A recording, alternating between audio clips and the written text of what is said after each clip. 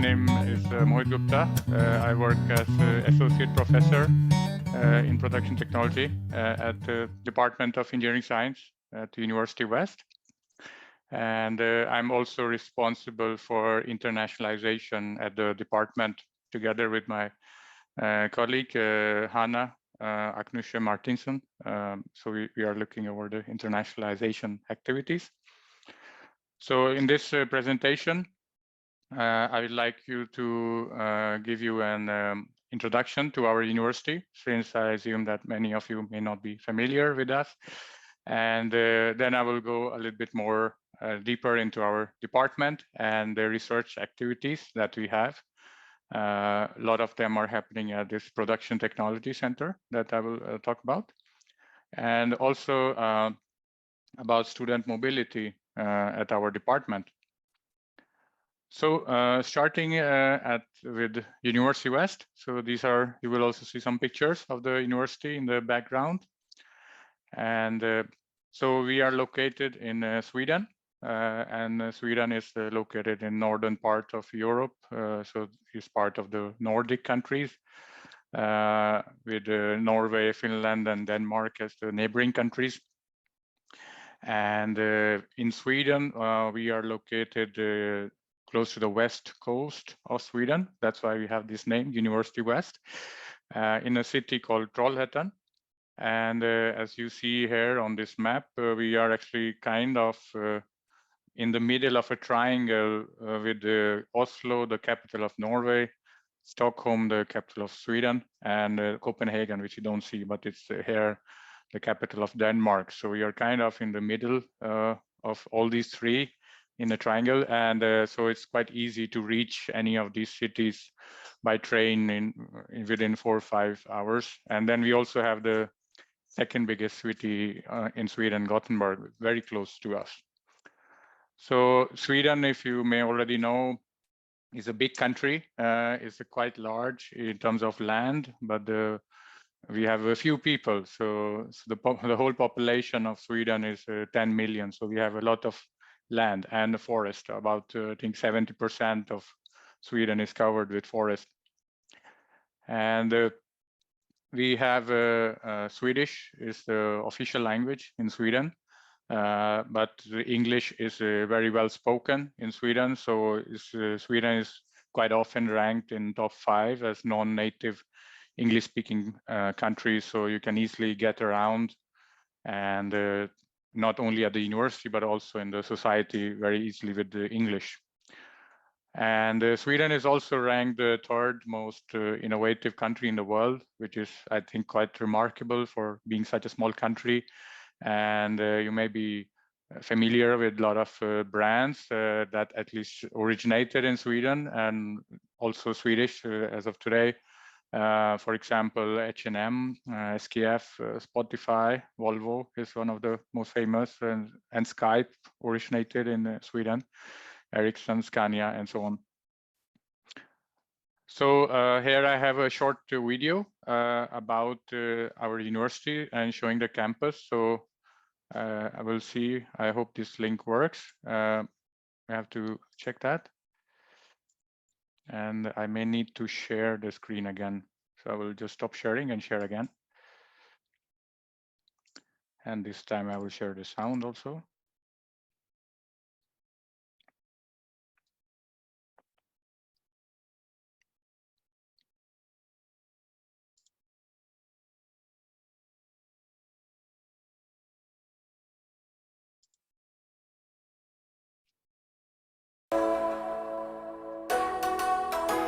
So I hope you were able to see the video and also hear the sound from the video.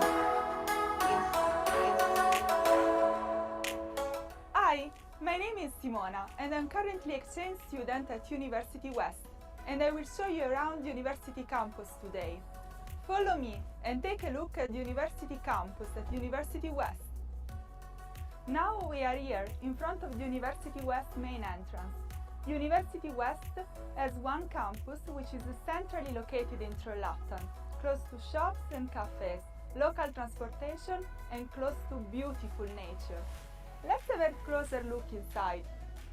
Here behind me, you can see the service center at University West, where you can get support with all kinds of queries, as well as IT support.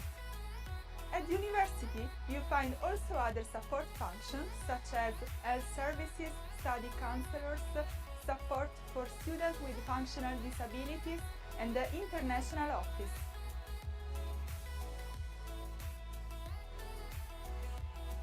The library offers a quiet and modern study environment, as well as many group rooms equipped with computers and many different study places for students to work individually or together on school projects.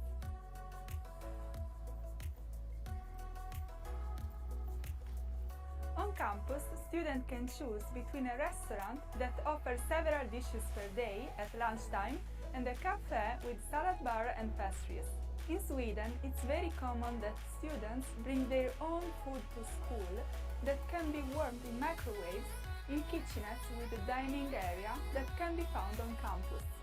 Especially for engineering students, there is also the Production Technology Center, 10 minutes away from campus, where they can have practical laboratories. Next to the university main building, you find the Student Union building, an association taking care of students' rights that organizes even social activities for students.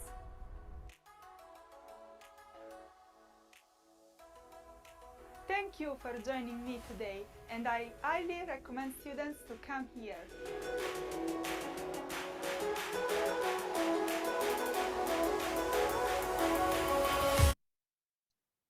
Yeah, so that was a short video about our campus. And as shown in the video, we have buildings that look like this, and it's located in Trollhättan, as I said, close to Gothenburg, the second biggest city in Sweden. And we were founded in 1990, and we are a government-funded university.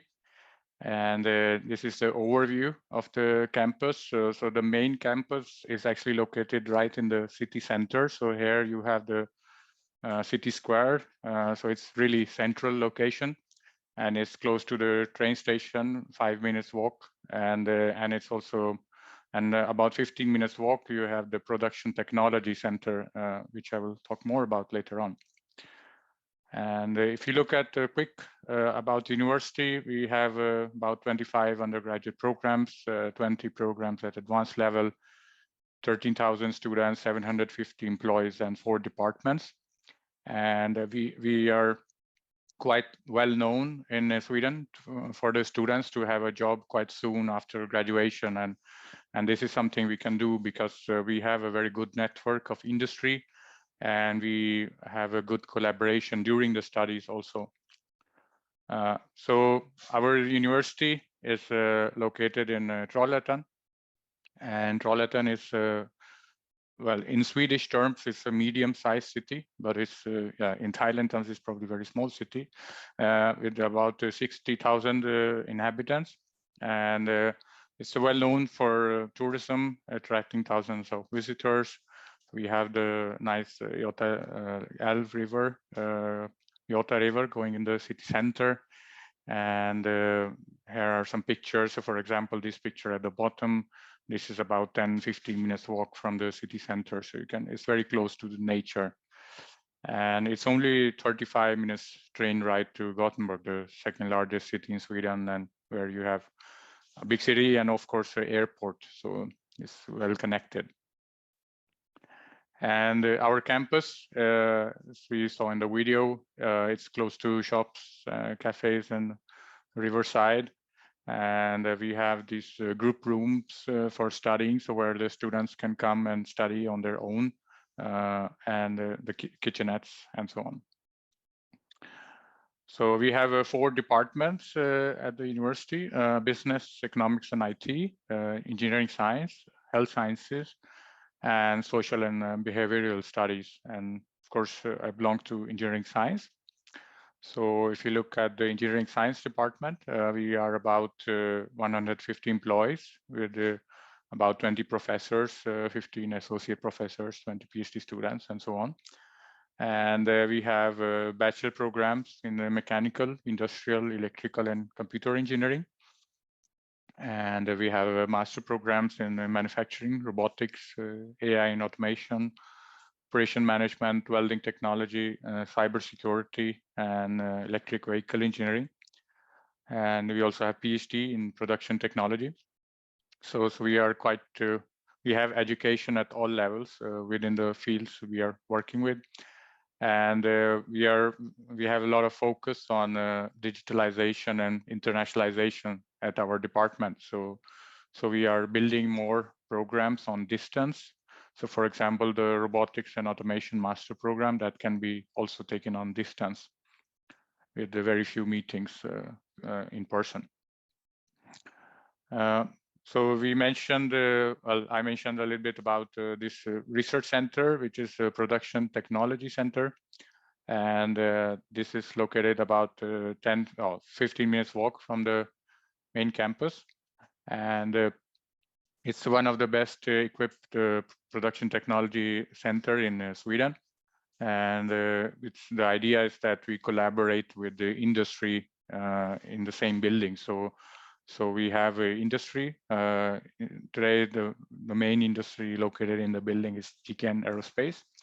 And then we have university. We have Innovatum Technique Park, which is basically giving funding for the infrastructure. And then we also have other companies located in the building. So we collaborate and share knowledge and equipment. So from our university part, we are working in these research areas, metal additive manufacturing, thermal spraying, welding and welding-based additive manufacturing, artificial intelligence and flexible automation, simulation, control, and non-destructive testing. And then there are other areas where we have started working and hope to establish in the future. So this research team that's located at the Production Technology Center, we are a continuously growing group. We have more than 80 people from all over the world, from 5 continents, more than 20 nationalities. So it's very international. And we have a lot of projects with several industrial partners. So actually most of the projects that we have are externally funded by EU and Swedish research foundations, and we performed in close collaboration with industry. Here are some of the industrial partners that we are working with. ZHAW Aerospace is, of course, one of the biggest partner, because we have them in the same building. But then also all the other big manufacturing and production technology related industry that's active in Sweden. So Siemens, Sandvik, Scania, Volvo, of course, and others. Here are some pictures of the equipment that we have at PTC. Maybe it's not so obvious just from these pictures, but we are working with industrial scale equipment, or usually better, because we collaborate quite a lot with industry. So we are very well equipped in the areas we are working with. So we have electron beam melting, additive manufacturing, ARCA machine. We are also buying now a laser powder bed additive manufacturing machine. We have a Global for physical simulation processes, robotized laser metal deposition, X-ray computed tomography, automation cell, robotized welding, thermal spray equipment, and so on. And as a student, this is interesting because we involve the students in ongoing research projects. So if you come to us and do a project, for example, bachelor thesis, master thesis, or some other project, then the students are involved in ongoing live research projects together with industry. So they would participate in a real problem and also interact with industry, so participate in the project meetings and so on. So, and there are more than 50 ongoing projects with industry, so there's quite a lot of activity happening. Some examples of projects that we have. So this is within robotics and automation. Here we are working with humans in automated systems. So how humans and robot could collaborate instead of having this kind of cages around the robot. So you could have more, you need to develop sensors and safety equipment so that humans and robots could collaborate much better. And the other example is plug and produce, which is how to reduce the time for making changes in automation lines.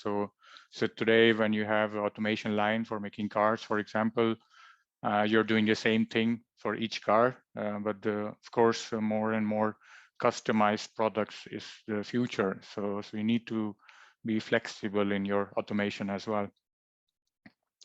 And we have this example of thermal barrier coatings for gas turbine applications. So this is actually one of the first research area at the university.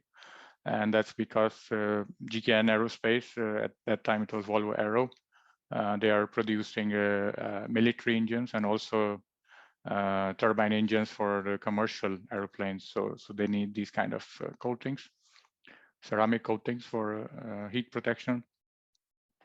And then we have this example, sensor-based control in additive manufacturing.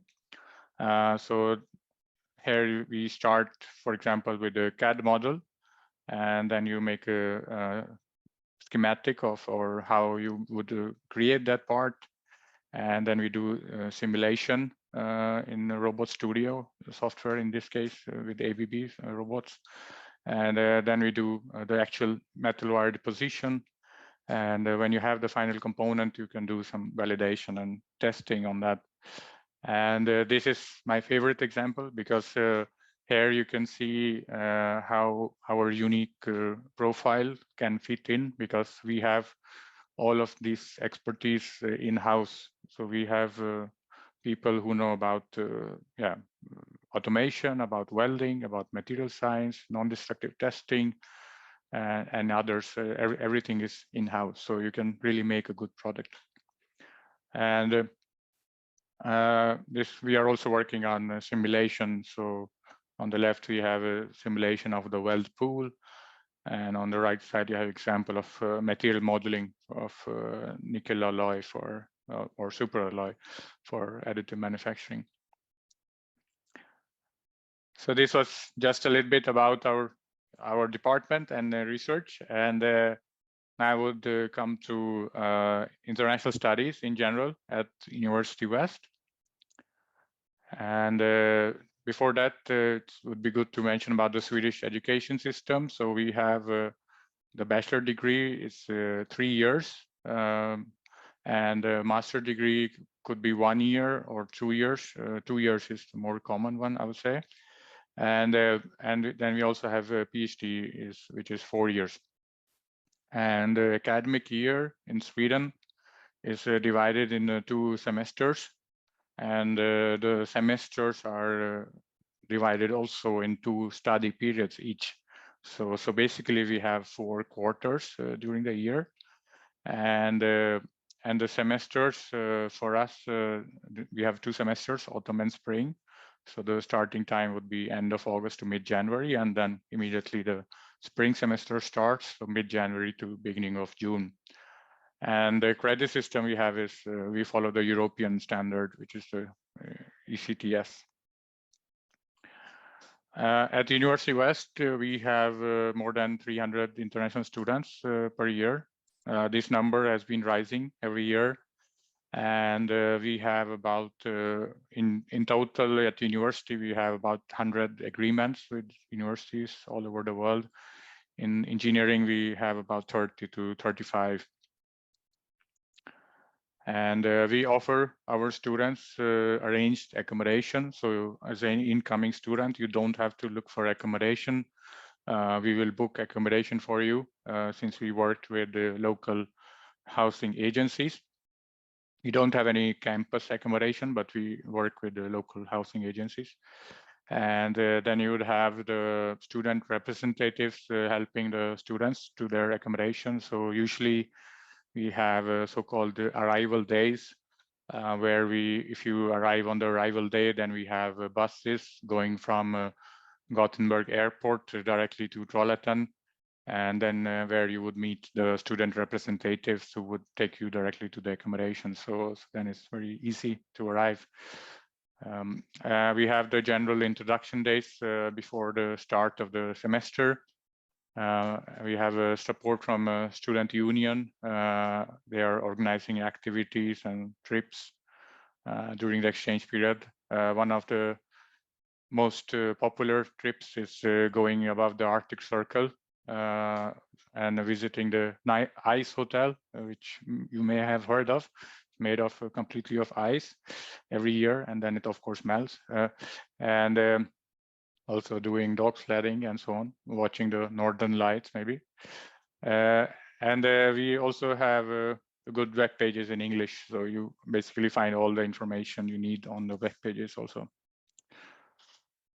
Here are some pictures from student accommodation. We have a different, we don't have any, as I said, we have the local housing agencies. So they have different kinds of accommodation for students.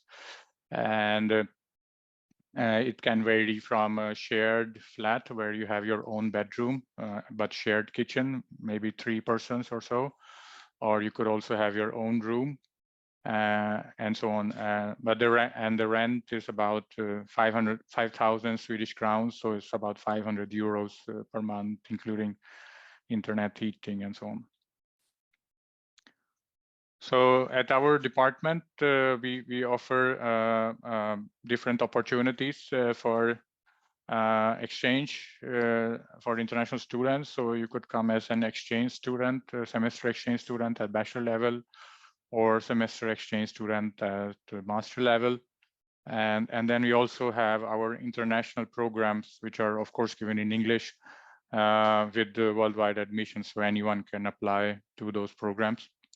And in Sweden, we have tuition fees for non-European students. However, if you come as a semester exchange student, then there's no tuition fees. And also, of course, if you're also an EU citizen, then you don't have any tuition fees. Then it's completely free to study.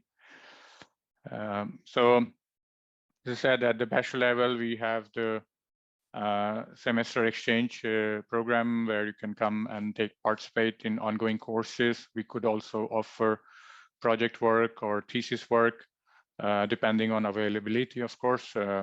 And the courses that we offer in the field of, well, not so much in electrical as of now, but mechanical, computer science, and so on. So as I said, like we have in the autumn semester, we have mechanical and industrial engineering courses and computer engineering courses. And during the spring semester, we have mechanical and industrial engineering courses at bachelor level. And what we do is that we combine the courses in a course package, so for the full semester. But of course, it's possible to select single courses also from different packages.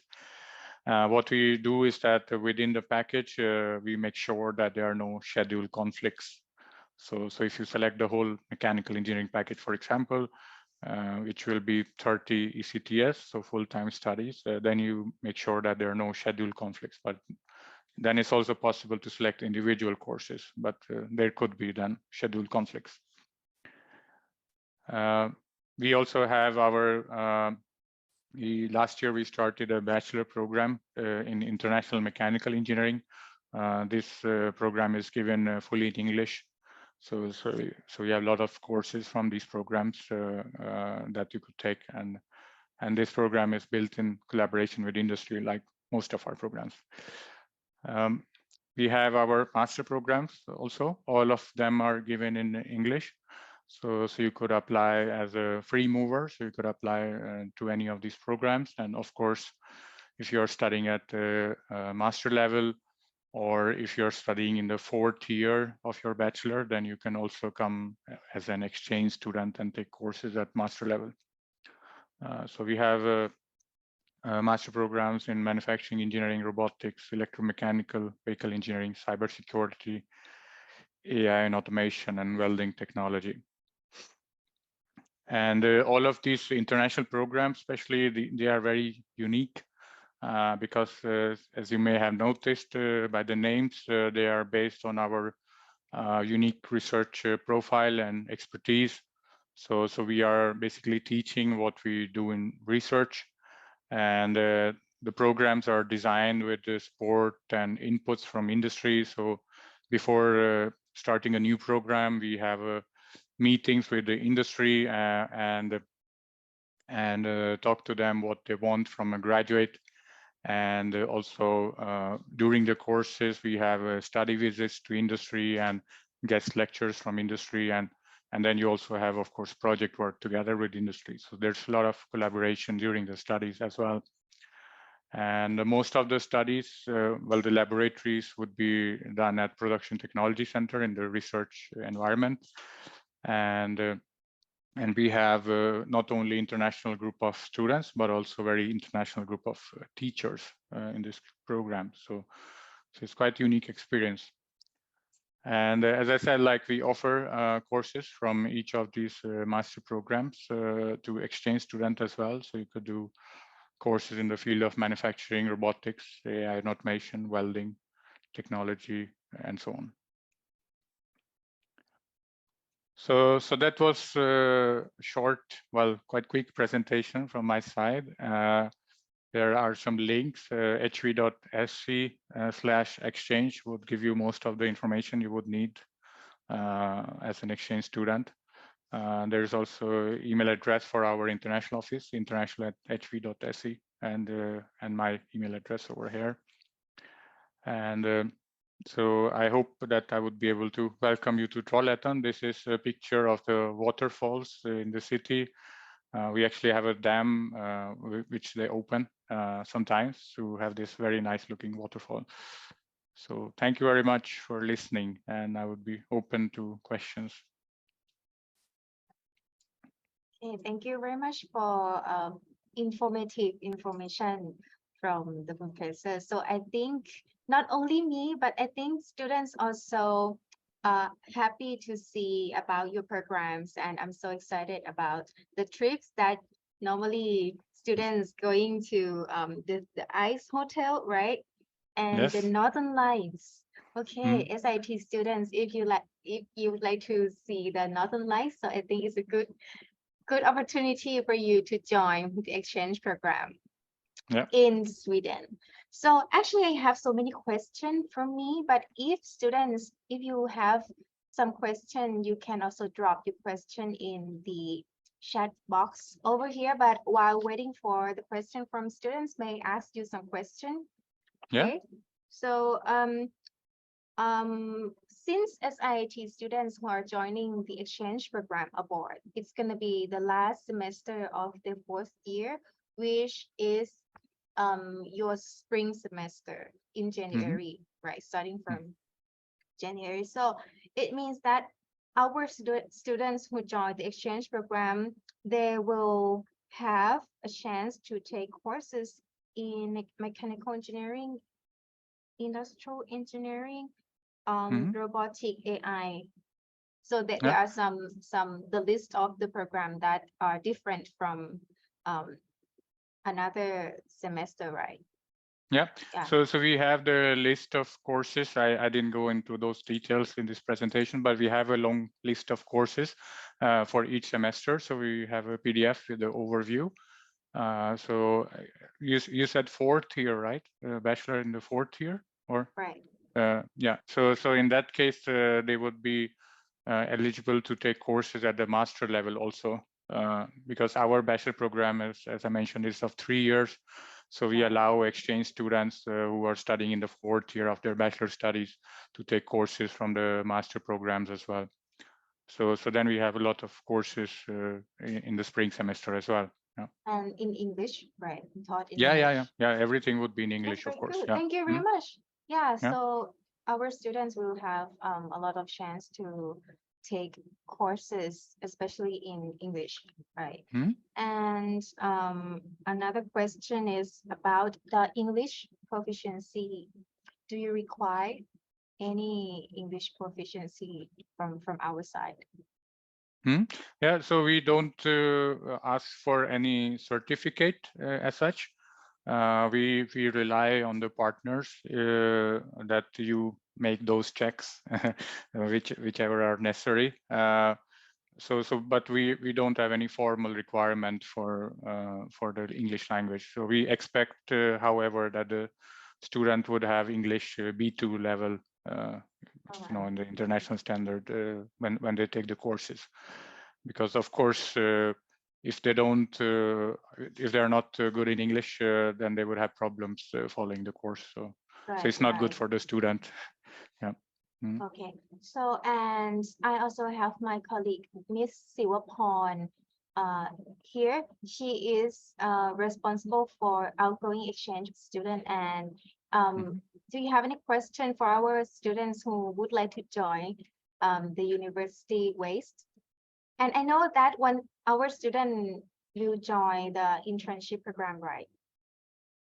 Yes, I think one of SIIT student is like planning to join an internship program at University West with a professor there, but I cannot remember the name of the professor. Actually, I have questions about the courses, whether like the bachelor degrees can enroll in master degree course or not, but the professor has already answered the question, which is very nice. Professor, so I wonder a little bit more, like the student, they can enroll in courses from every department, right? It's like it doesn't fix for a student to enroll in only for one department. Yeah, so we have, so the agreement we have, of course, is with the engineering department, but we normally allow exchange students to take courses from the other departments also. And in this case, we have 4 departments, but the most of the courses in English at other departments are from the business department. So then it would be business, economics, finance related courses. And then we also have a course that we recommend basically all our exchange students, which is Swedish. It's not really a language course, but it's Sweden. I should look up the name, but it's culture and communication in Sweden. And that course is actually given during the evenings. So then any student can take it without risking any schedule conflicts and so on. So definitely the students can take courses from other departments. Of course, we have to check the eligibility, that they should be eligible for the course, that they have the right background for that course they choose. Yeah. Thank you very much. So we have a question from our student here. So computer engineering student can join the semester there or not, because they will join the semester in spring semester. So is it possible for them to take some exactly, courses? because most of the computer engineering courses would be given in the autumn semester, as it looks like right now. We do have AI and automation related courses in the spring semester, but then of course they should have some sort of background, because that would be courses at the master level. And then there could be also possibility for a project work during the spring semester. Yeah. So Professor, so you mentioned about the project work. Does it require every exchange student to do the project work by when they join the exchange period there? No, that was not the idea. It was more that it's available depending on interest. So it's not mandatory at all. So most of the students would be doing only courses, but some of them may be interested in project work. So yeah. Okay, thank you. What is the minimum credits that you require? For what? For exchange students in one semester, minimum credits. Okay, yeah, minimum credits. Well, we don't have any such requirement for that. It's basically up to you. I mean, the full-time studies, it's 30 credits. We also allow students to take more than 30 credits, up to 45 actually. But full-time studies is usually 30 credits. But I mean, if they don't need to take as many courses, that's also fine. So we don't have any restriction on the minimum number of credits that they need to take. But however, they would most probably need to apply for a visa to come to Sweden. And then I think the Swedish Migration Agency would like to see that they are studying. I mean, they will maybe not check so deeply on which courses, but I mean, the expectation is that it would be full-time studies. So I mean, I mean, it's not such a formal requirement that it must be 30 credits. It can be, a bit less than that also, no problem. But not 5 credits. Yeah. Thank you. So students, you will need to check by yourself with the immigration, with the embassy when you apply for the visa, right? For the requirements. Yeah, when so they apply for we the would visa. give them an acceptance letter when they apply. So we would give them an acceptance letter that they have been admitted to studies. And I think usually in the letter we would write full-time studies anyhow. And then they just take that letter and go and apply for the visa. And we of course have some support for the visa, but yeah, but as in all the cases, the students are responsible for their visa application. Okay.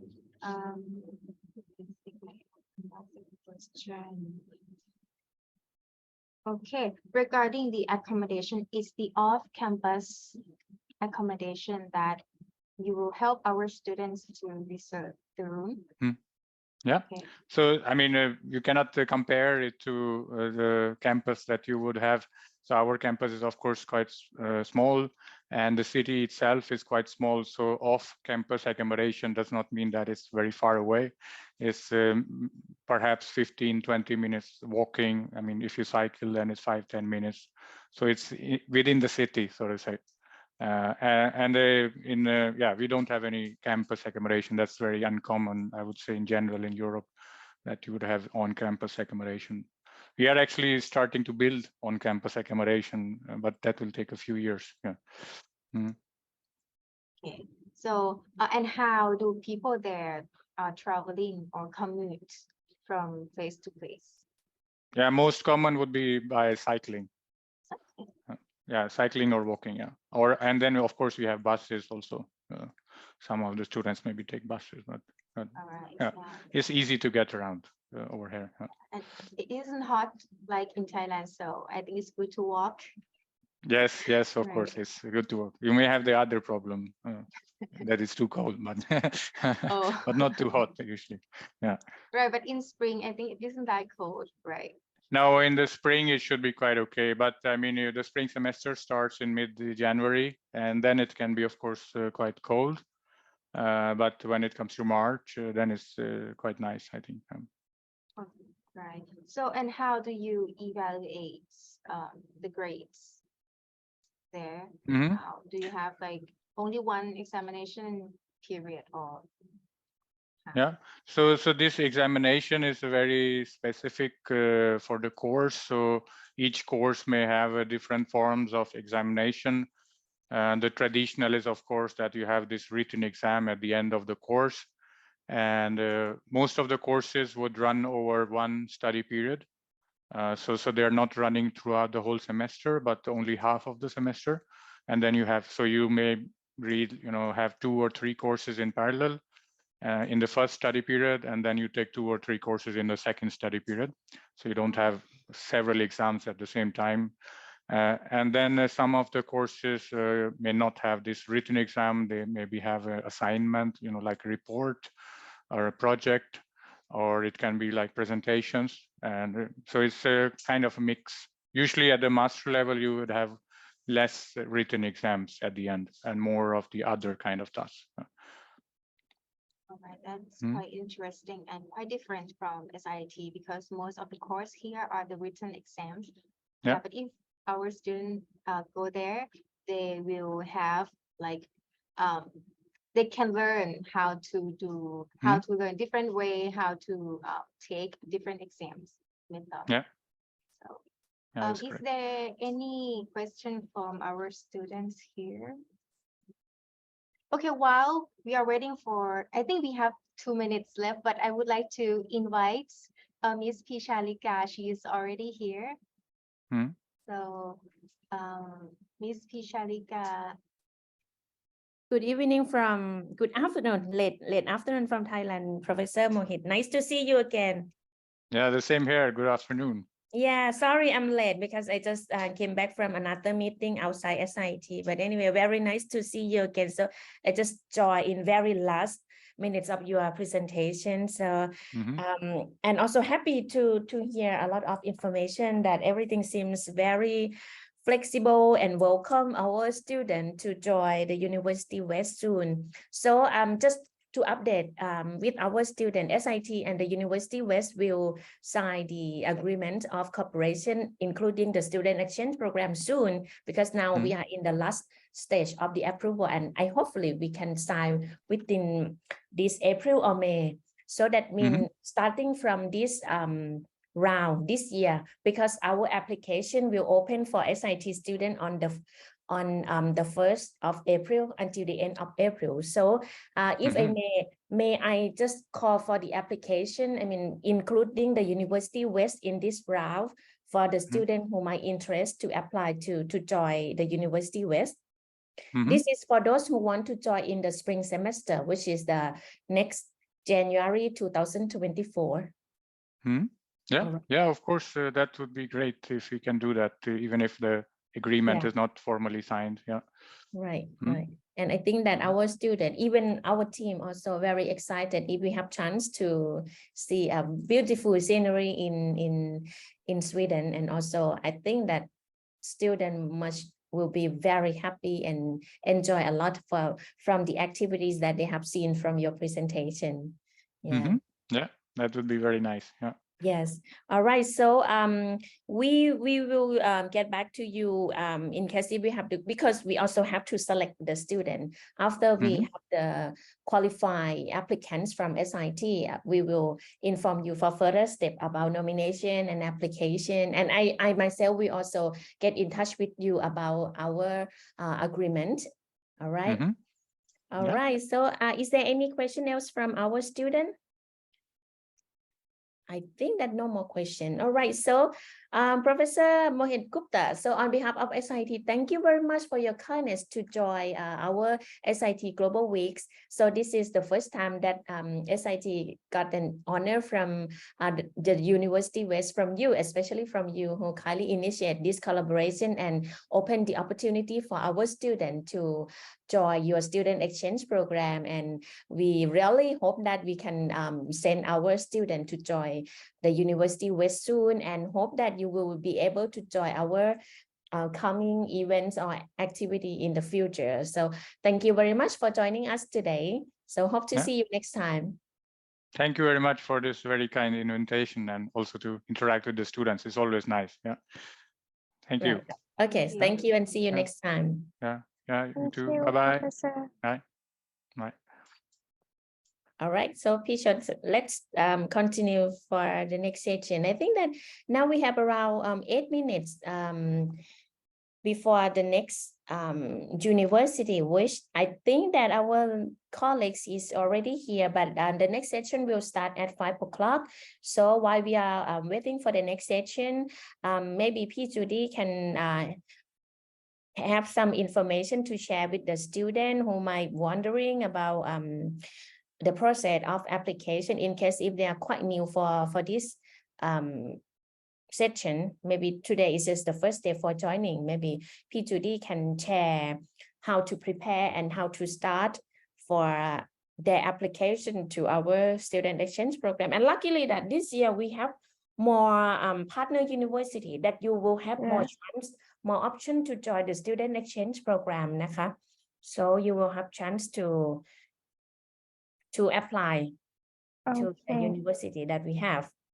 Okay, thank you, So I will share the link for the student who would like to join exchange tracks to get more information. All right, so in the chat box, So here in the chat box, you see the link I sent. For this link, is like it is very important for everyone in SIIT who would like to apply for the exchange track, because it contains all information you need to know, starting from the preparation step. All right. So as Pi said, that we will open the application for exchange track soon for the third year student. For the third year student in this semester, right? So the application will be open from the 1st to 30th of April. So very soon, right? So during this time, for those who would like to join the exchange track, you can start looking for the information of the host university that you would like to apply for. All right. So if you click on the link I sent, you will see that we will have like the requirement menu, which is like the minimum requirement of SIIT. We have like the CGPA, which you need at least 2.5 and 2.9 for EM and MT student. And also you need to have like English proficiency score. So we accept so many kinds of scores. So maybe you can click on the link and check like what kind of score and how many of them that we accept. Okay. And we also have like the list of required document which you can start prepare. For example, for the CV or the resume, you can start preparing it from now on. You can start asking for the latest transcript that you have. Okay. And this is very important for you to decide where you want to go. For the partner university, you can click on here and you will see that there is a list of host universities of that SIIT like we have. So, but I have to make a remark that for the list of the host university here, some university, they do not like open for the student exchange program yet. So maybe you can start looking at the information and you select which host university you want to go, and you come back to us, to me or to Pi to ask about the possibility for applying as a student exchange program in that you host university. So we can like ask them for you. And moreover, we have the fact sheet here. What is the fact sheet? The fact sheet is very important because like from the fact sheet, you can find like all information about the student exchange program at that certain university that you would like to go. For example, for let's click on this one, University West, which just presented, right? So like if you click on the fact sheet, like you will see the information that they have here. For example, the list of courses for spring semester, which is the available semester that we will open for the application soon. And like you will see the link that will let you see more information about the campus life or how to prepare yourself before going to Sweden if you would like to apply for it, and the credit system, and also like the academic calendar, like when you should arrive to that country or when you should come back to Thailand for you to plan your semester. Okay, this is just some information about the exchange track. All right, so I send you the link in the chat box so you can click on it and like see all the information. And if you have any question, you can come to ask me. I will be on the office in Rangsit campus on the 2nd floor. So I have a question, Yes. P2D. So, for example, some host university, they don't require the English requirements. Yes. But anyway, our students still have to submit the English Yes. score, right? Yes. Even the host university, they don't require the English certificate. SIIT do require. So Okay, you need okay. like some certain English score that meet the requirements of SIIT first. It's like Alright. you can check here is like the English level that we accept. So at least they need to meet the score over here to apply for the exchange program. Yes. All right, thank you very much. So for students, I think before you coming to talk to P2D and people, I think you should do some research by looking at the fact sheets. So you will have more ideas and more information about each university and about each course. Yes, and thank you, Khatisha.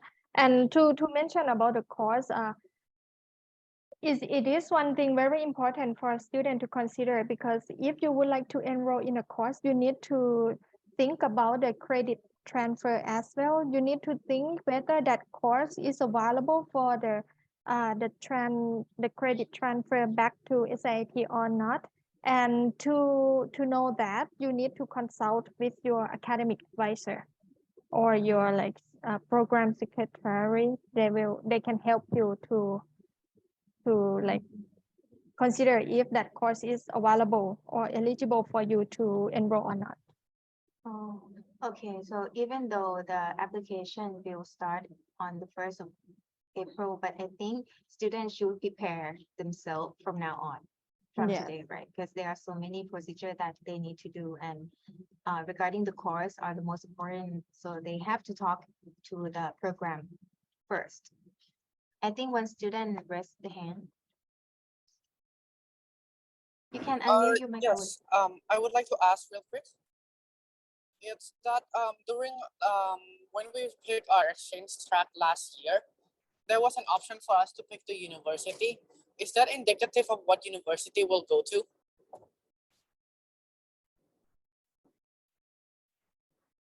Can you say that again? I didn't hear well.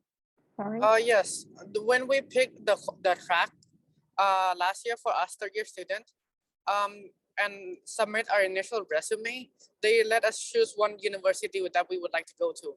Is that the university, do we have to wait for the result on that one first before Yes. we get to know? When will Yes. the result be out this April? So it's like this. Actually, we have like the selection process first. For each university, they cannot like accept every student that applied to that university. They have like the quota. All right. For example, for University A, they have 5. They can accept only 5 students. And if you get a quota, of course, we will nominate you to the host university. And if there is no problem, of course, they will accept you. But on the other hand, if you don't get that seat, we will inform you and let you reselect another host university. So in this case, it means that you need to have a plan B. So you can, it's better to look for the host university for more than one university. Okay. So I think our guests already here. The next university for students, if you still have question, you can ask later. Okay. Thank you. All right. So now I think it's time for the next university. I'm not sure if our colleague is already here. Yes, I'm already here. Hi. So I would Hi, like everyone. to welcome our colleague from School of Engineering in Switzerland, Miss Yeah. Livia Wright. Thank you. Thank you for the invitation for this wonderful event. Right. So I think it's time for you to provide information for our students. If you are ready, I would like to give the stage to you now. Very much. Just let me share my screen with you. Oh, just hold a second.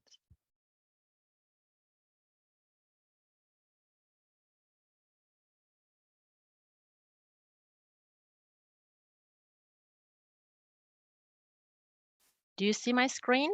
Yes, perfect. Super. So thank you very much for the invitation. I'm representing ZHAW, School of Engineering in Switzerland. The location is Winterthur, so just 20 minutes from Zurich away. So just to give you some impression about Switzerland, I start with the country and later I will continue with our university.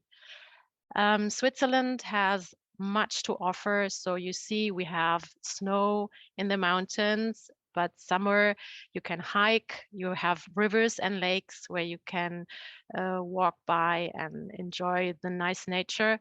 And hiking and skiing is one of the most popular hobbies people have here.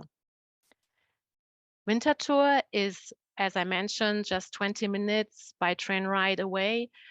We have residents about 120,000 people, and it's a very suburban town. It's not that huge, but it's very charming. And as you can see, regardless in winter or summer, it's really beautiful from the nature. As you maybe know, Switzerland, we call it, is the heart of Europe. It's in the middle of Europe.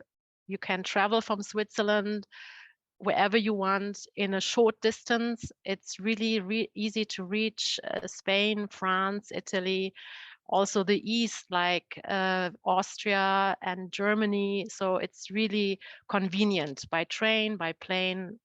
Everything is a short distance.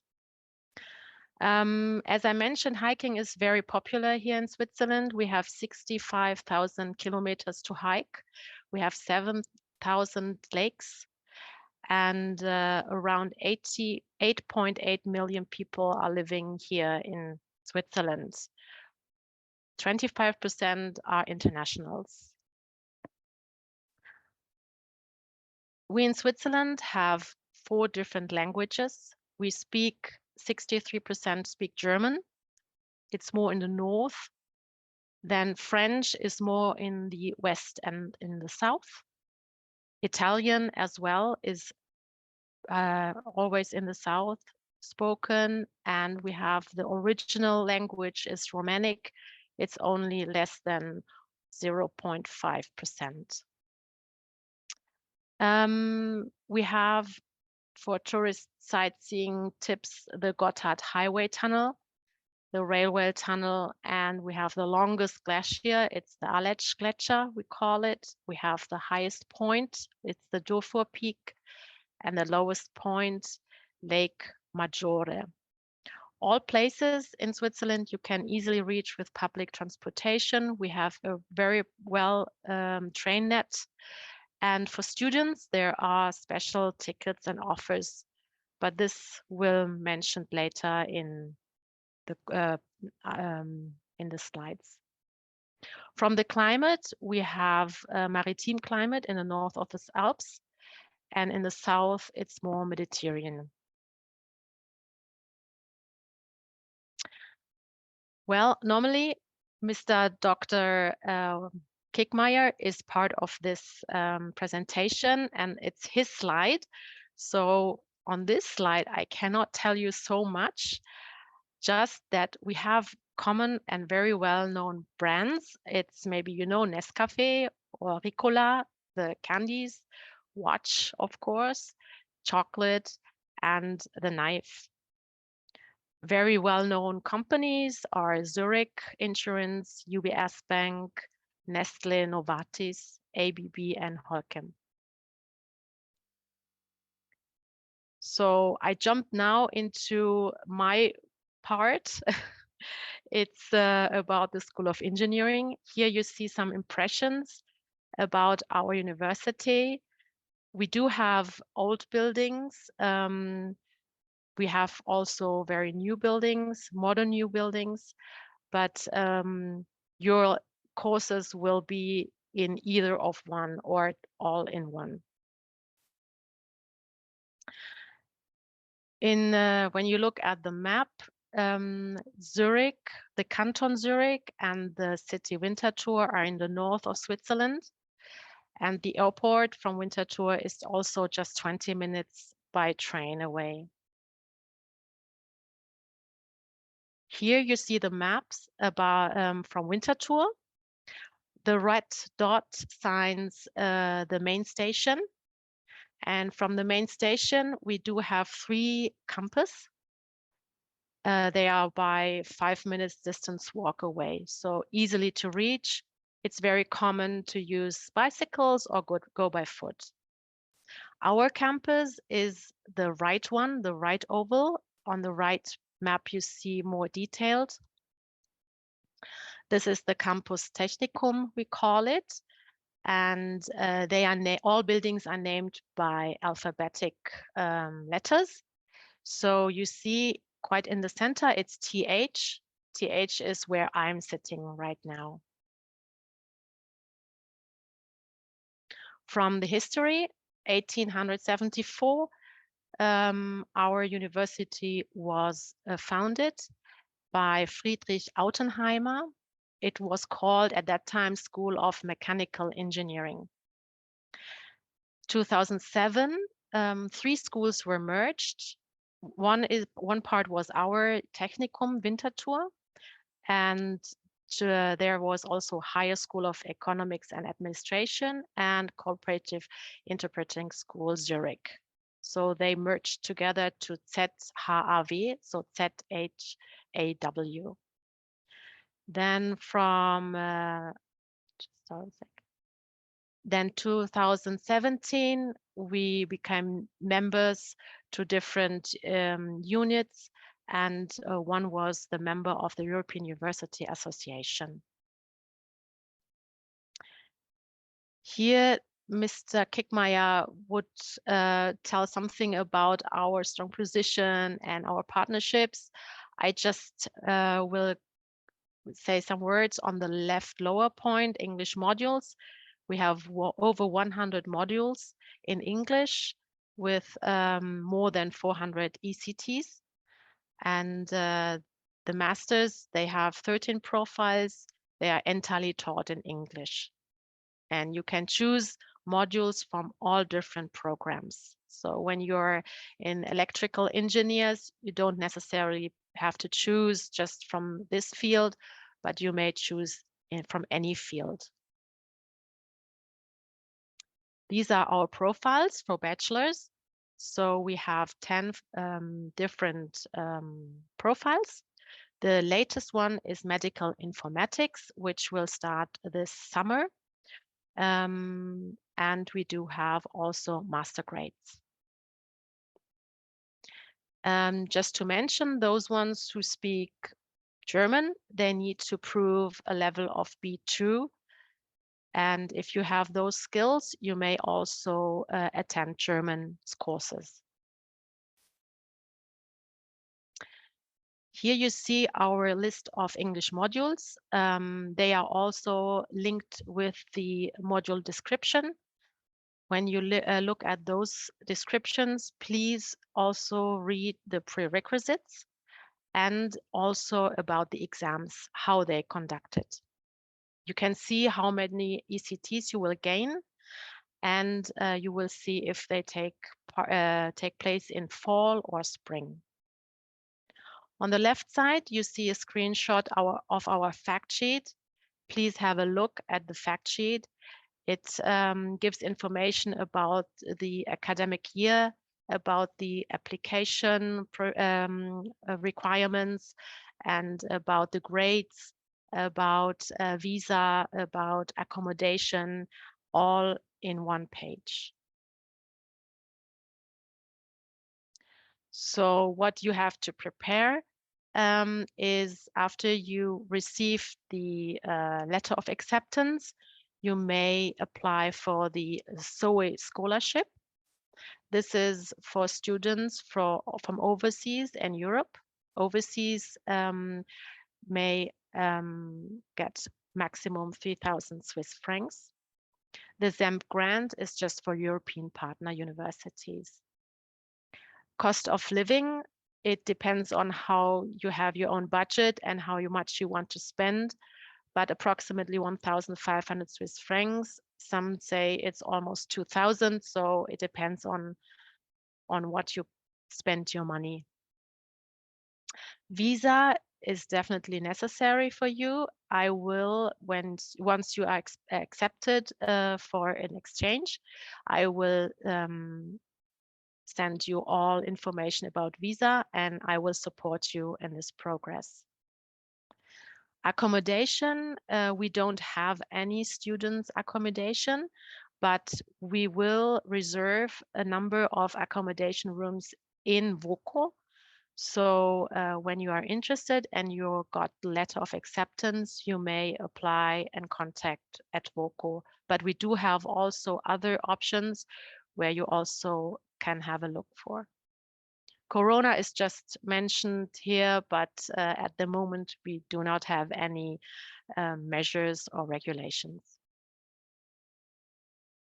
Concerning the scholarship, this is the procedure. So after you have received the letter of acceptance, you have to prepare a motivation letter, a recommendation letter, maybe someone from university, a professor who will write this letter, your CV and your transcript of record. After you have submitted your application, it will be reviewed and you will receive shortly after that a feedback. If you are accepted for this scholarship, you have to sign the declaration of commitment. The amount will be transferred. You will come in spring, so this will be in calendar week 11, and it will be transferred 100%, not splitted. After you have finished your semester, you are asked to write an experience report. This is part of the declaration of commitment. What we offer you is an unforgettable time, hopefully. We do our best. So we have English taught modules. We do have small classes, so you can interact with your lectures very close. We have laboratory work. We do have project work. You can choose. You have the scholarship just mentioned. You have also support from buddies. So 2 weeks before you arrive here in Switzerland, your buddy will contact you and you can make plans when you arrive. Definitely, I will support you from before your arrival till after you have left Switzerland. You will have free access to sport facilities and student network. Sport facilities you will find here in Winterthur, but also in Zurich. You have free access to all courses, to all the locations. Everything is for free, and you may attend whenever you want. They have a very numerous courses. It's really amazing. And Erasmus Student Network, they organize all kinds of trips to all over Switzerland, and you may attend them. It's really, really a very good organization, and many of our incomings told me it's really well organized. So you will probably come in spring, so I skip this slide. I go directly to spring term. So application deadline is this November. And your welcome week will be in the calendar week 7. It's beginning of February. 1 week later, the semester starts already. Then in May, June, you will have time for preparation for your exams. And then mid-June till end June, you have all the exams. By end of June, the semester ends. Concerning the exams, how they will be conducted, the material of the entire semester is relevant for the exam. This means you will not have any exams in between, but at the very end. Depending on the modules you attended, there are maybe 3 to 4 exams per week. So if you have, for example, 4 modules, it might happen that you have all 4 modules in 1 week, but it could be also 2 and 2 each week. The exams take all place on the campus, and depending on the module, you may use different tools. It could be open book, handwritten notes, or whatever. But definitely, please read the module descriptions carefully and ask the lecturers in advance about the whole examination procedure. Each lecturer has his own or her own procedure, so if you want to know more about it in advance, just contact the lecturer. I also organize different events. So this is for fall semester. This is for spring semester. So in spring semester, we do have a guest students meet ZOE students event. This will be approximately in March. And this event is for our potential outgoing students. They are interested in knowing people from our partner university, and you as an incoming may present your university to our outgoing students. At the same time, for this event, our returnees who will be out in fall this year will join also this event and will represent the university they have visited. So this is a very casual occasion. You will have a booth, you will prepare a poster, and then our students will go to your booth and will ask you about inside information, not only universities, but also country and language or students' inside information. At the end of the semester, we will have a farewell event. And in spring, it's a very special one because we will go and have a typical Swiss traditional sport. So you will nowhere else attend this sport. It's called Hornussen. And this is also with a barbecue at the end of the tournament we will have. So this is really, really a unique occasion, really a fantastic one. So here are some photos from previous exchange students. So most of them are going for hiking, as you can see, go for famous locations. One did paragliding and took a picture with the Matterhorn in the back. So very unique, and everyone was very pleased to come here and really enjoyed the time. This is the International Relation Office team. You will probably have also contact with Dr. Wolf Kickmeyer and myself, definitely. The other will support you, but Mr. Kickmeyer and I are the main persons you will have contact with.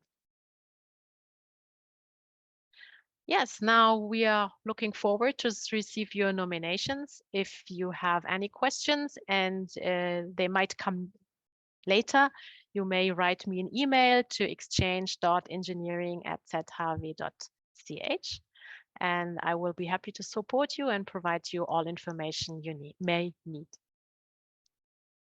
Thank you. Yeah, thank you very much. So it was a very nice presentation. I also would like to go to Switzerland because of the mountains. Yeah, of course. And the winter, because we don't have winter here. Yeah, And I see. me and Miss Pishalika, we meet Professor Kickmeyer last week in the conference, and he talked about you, and he said you always take a good care of exchange students, right? Yes, thank you. So, Yes, yeah. I do it really from my deepest of my heart because I think that exchange students come just one time abroad. So this should be something very enjoyable. So I do my best from the administration part to support all incomings and to give them a second home, I would Wow. say. So Nice yeah. to hear that. Yeah, at least Yeah. we know that if our students go there, they will have you as like a sister who will take care of you. Yes, right, right. So for students, if you have any question, you can just drop the question in the chat box, or you can just unmute your microphone to ask question. And I have my colleague here, Miss Siwapon. She's in charge of outgoing exchange students. So I think she will, maybe you already in contact, right? I'm not sure. So Siwapon. Yes, and hello, Livia. Hi, nice to meet you. Nice to meet you. And I think one student is raising his hand, so maybe he can ask question. Oh yes. I wanted to ask regarding the visa.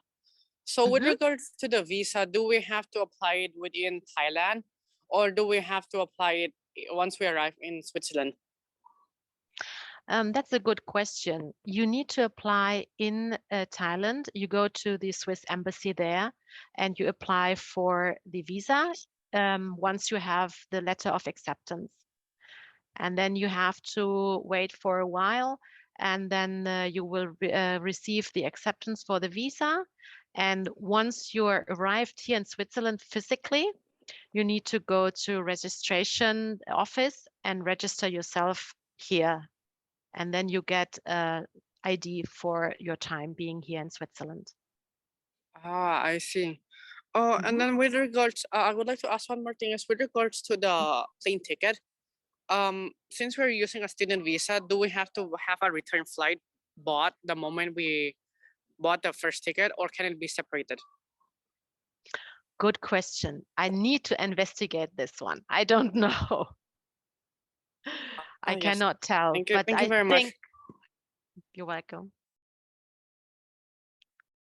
So I think when our student apply for the visa, they will need to get more information from the embassy in Thailand again. Because Mhm. when they apply for the visa, they will have the list of documents that they have to prepare. So Yes. regarding the flight, the tickets, I think that you can also check it in website of the embassy. Yes, Mhm. and according to my experience, students go to Switzerland sometimes, like the embassy require different documents, like Aha. individually. Yeah, sometimes like some certain student they need to submit like additional documents. So it's better to like to get the acceptance letter from the host university and then ask the embassy about the document you Mhm. need to prepare before you go to contact the embassy. So it will save Mhm. time a lot. Okay. Maybe it depends on also the nationality. Maybe Yeah. this is the difference. Mhm. Yes. Yeah. Yes. Mhm. Okay. Right. So Mhm. anyway, I have some question about the courses. Like Sure. so for exchange student, is it possible for them to take courses in like in other departments apart from the Well, engineering? Yeah. mhm, mhm. Yes. Many students are interested in our sister department. It's called a School of Management and Law. In general, it is allowed to also choose courses there, but there are some regulations. With School of Management and Law, you need to gain at least 15 ECTs. So this means approximately 4 modules you need to take from School of Engineering. Then you may pick as much as you want on modules in courses at School of Management and Law. But if there is any module conflict or course conflict, you have to keep the School of Engineering courses and you have to delete the School of Management and Law courses. The other thing is that you are accepted for these courses at School of Management and Law just right at the beginning of the semester. So you don't know before you arrive in Switzerland if you're accepted for the courses or not. So it's a last minute thing. You cannot rely on, you're just like on a waiting list. But the acceptance will just come right at the beginning of the semester. Is this information sufficient? Yes. Thank you very Mhm. much. So I have a question about scholarship. So Yeah. so the SOE scholarship, is this scholarship granted by the government or by the university? By the university. So do you have a certain number of students who can get the scholarship per year or per semester Mhm. or per university? No, we accept all applications. Once you Mhm. have received the letter of acceptance, you may apply for it, and then we will review it. And there is not a limited number that we say, okay, just the 10 best or the 10 early bird students. No, it's you may apply and then we will review your application. Wow. So that's very good for our students who would like to go there. Right. So talking about accommodation, so you said that you don't have the on-campus dormitory, but you do help students to reserve a room, right? So is it hard to get the room there? Well, every semester we found out it's really difficult to get accommodations. So the earlier, the better, I would say, because it's also price-wise, it's sometimes very expensive. And yeah, so, and it's quite limited, I found out. That's why we decided to reserve a number of rooms at WOCO, which I mentioned.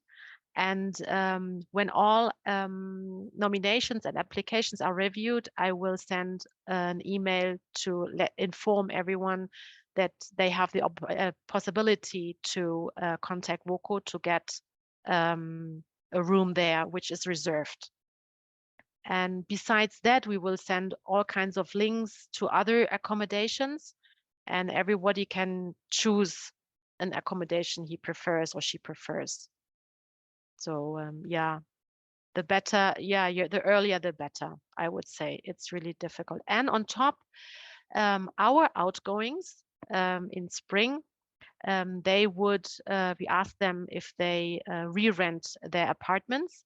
But in spring, we do not have so many outgoing students. So I would not rely on that.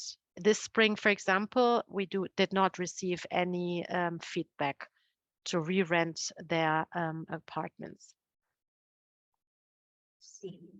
So, and what about the rental rates for the accommodation per month? It's around about 600 to 800 Swiss francs.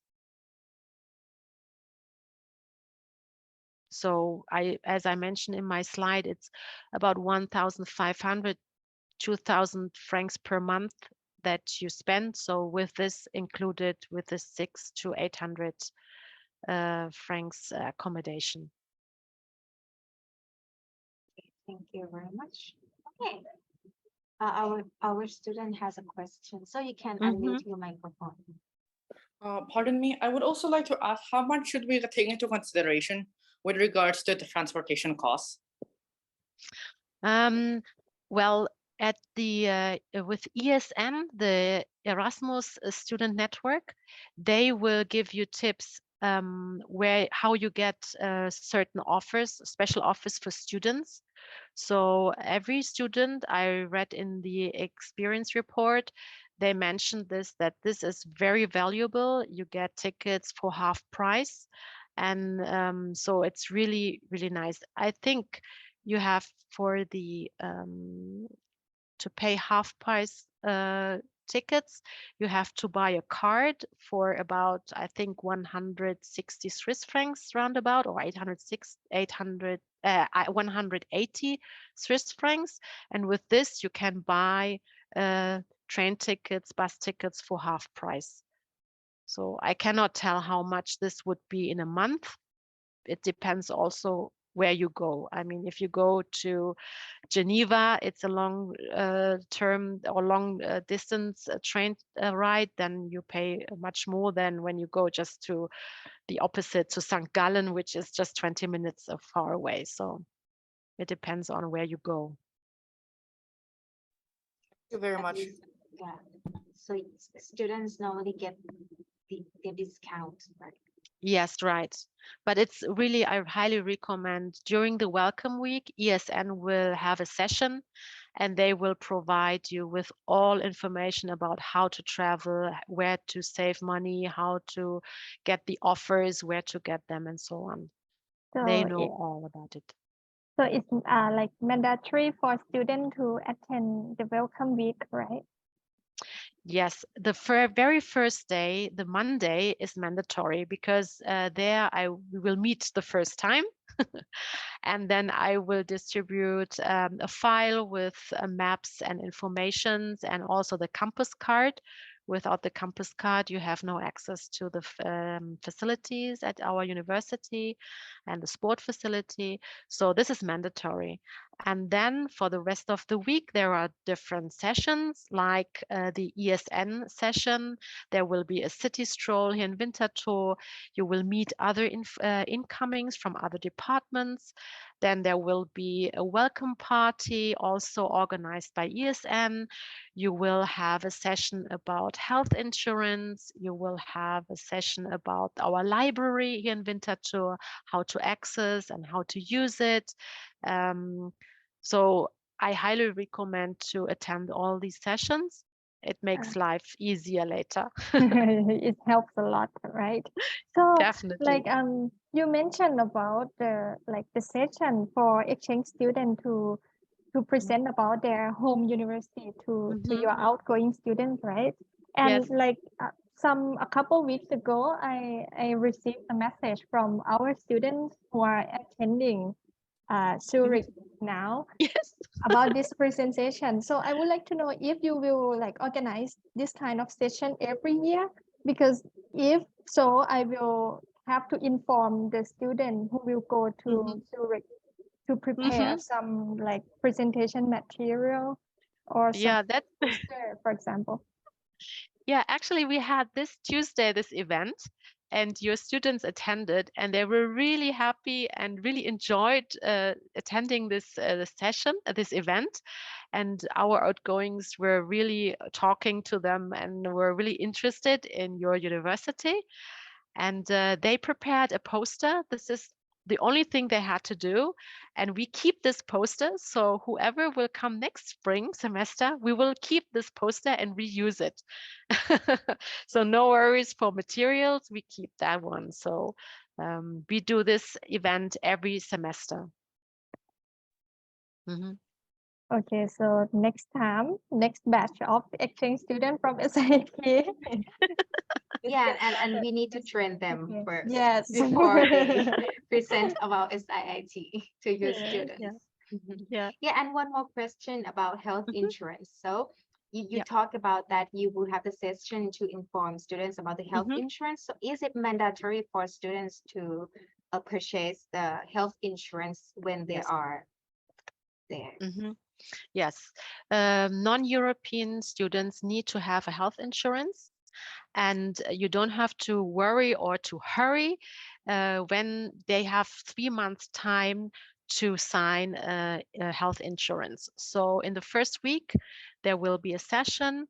They will have all informations and it's quite inexpensive, I would say. It's about 50 or 60 Swiss francs per month for students, and they will support them throughout the semester. So even if someone gets sick or hurt or injured or whatever, they will support you via phone, via app.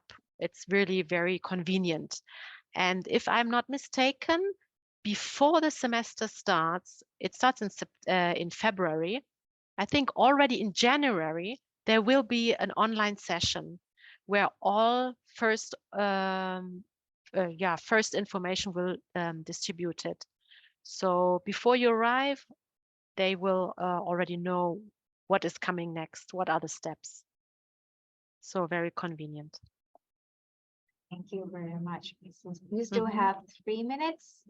So Yeah. students, if you still have any question, we have a good chance today to can ask directly from the university. Even though now you have around 2 weeks before the application starts, so maybe you can take this opportunity to get a lot of information from the university today, and then you can make your decision where you want to go. Yeah. Okay, if you don't have any question, Divya, do you have any other information that you would like to share to our students? No, I think I mentioned everything. what was important, what I find important to know. But anyway, you can write an email to me and I will be happy to give you all information you need.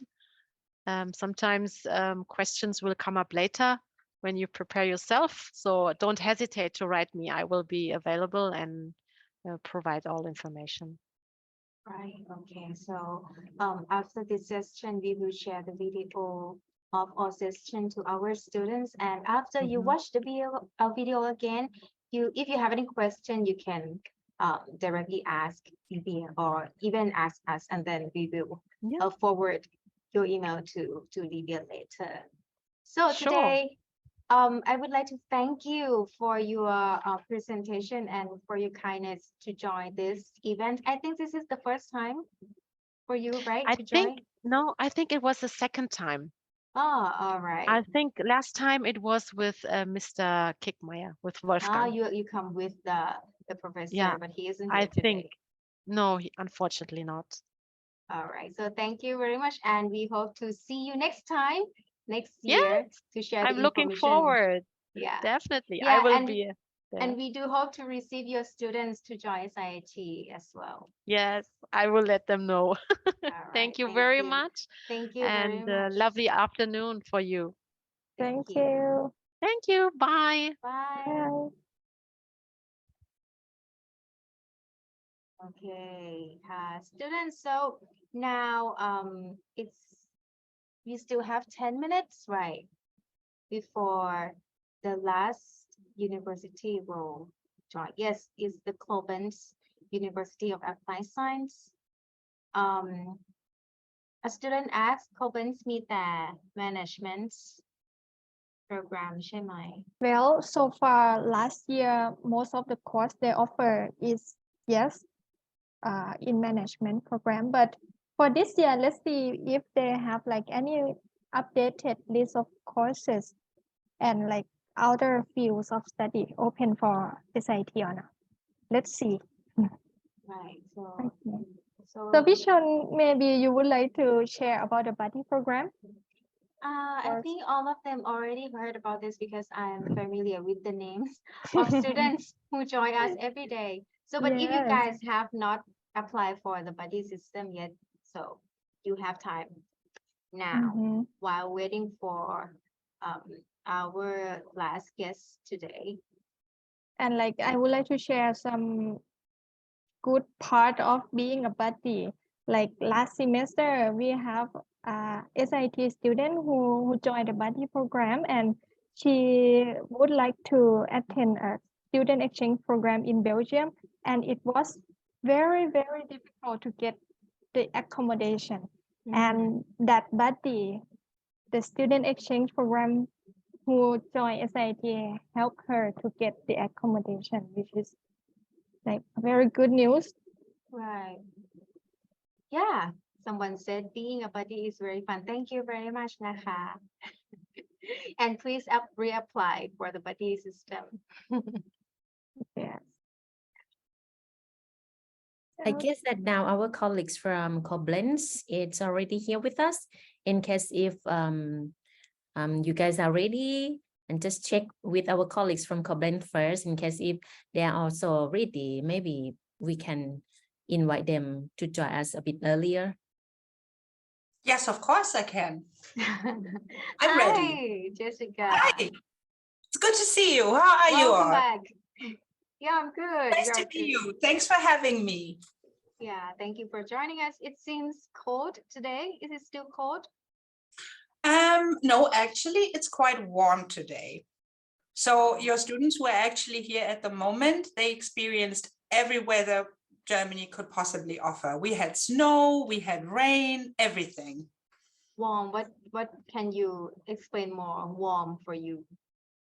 Yeah, warm for us is like, I think we have around 15 degrees Celsius. Ah, 15. Which is warm because last December that was minus 10 degrees.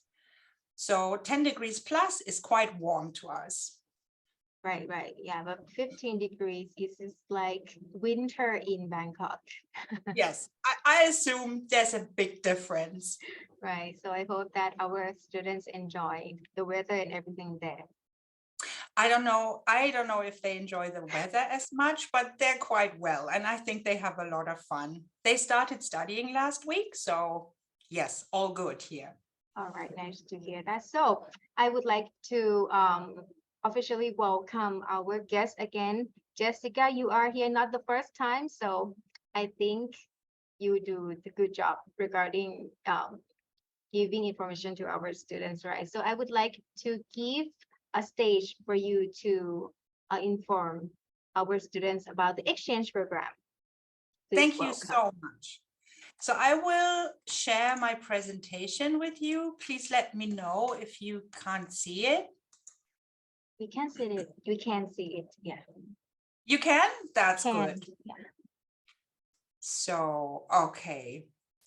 So we'll start then. I will provide you with a lot of information about Germany, as it's a totally different country, but also about the Hochschule.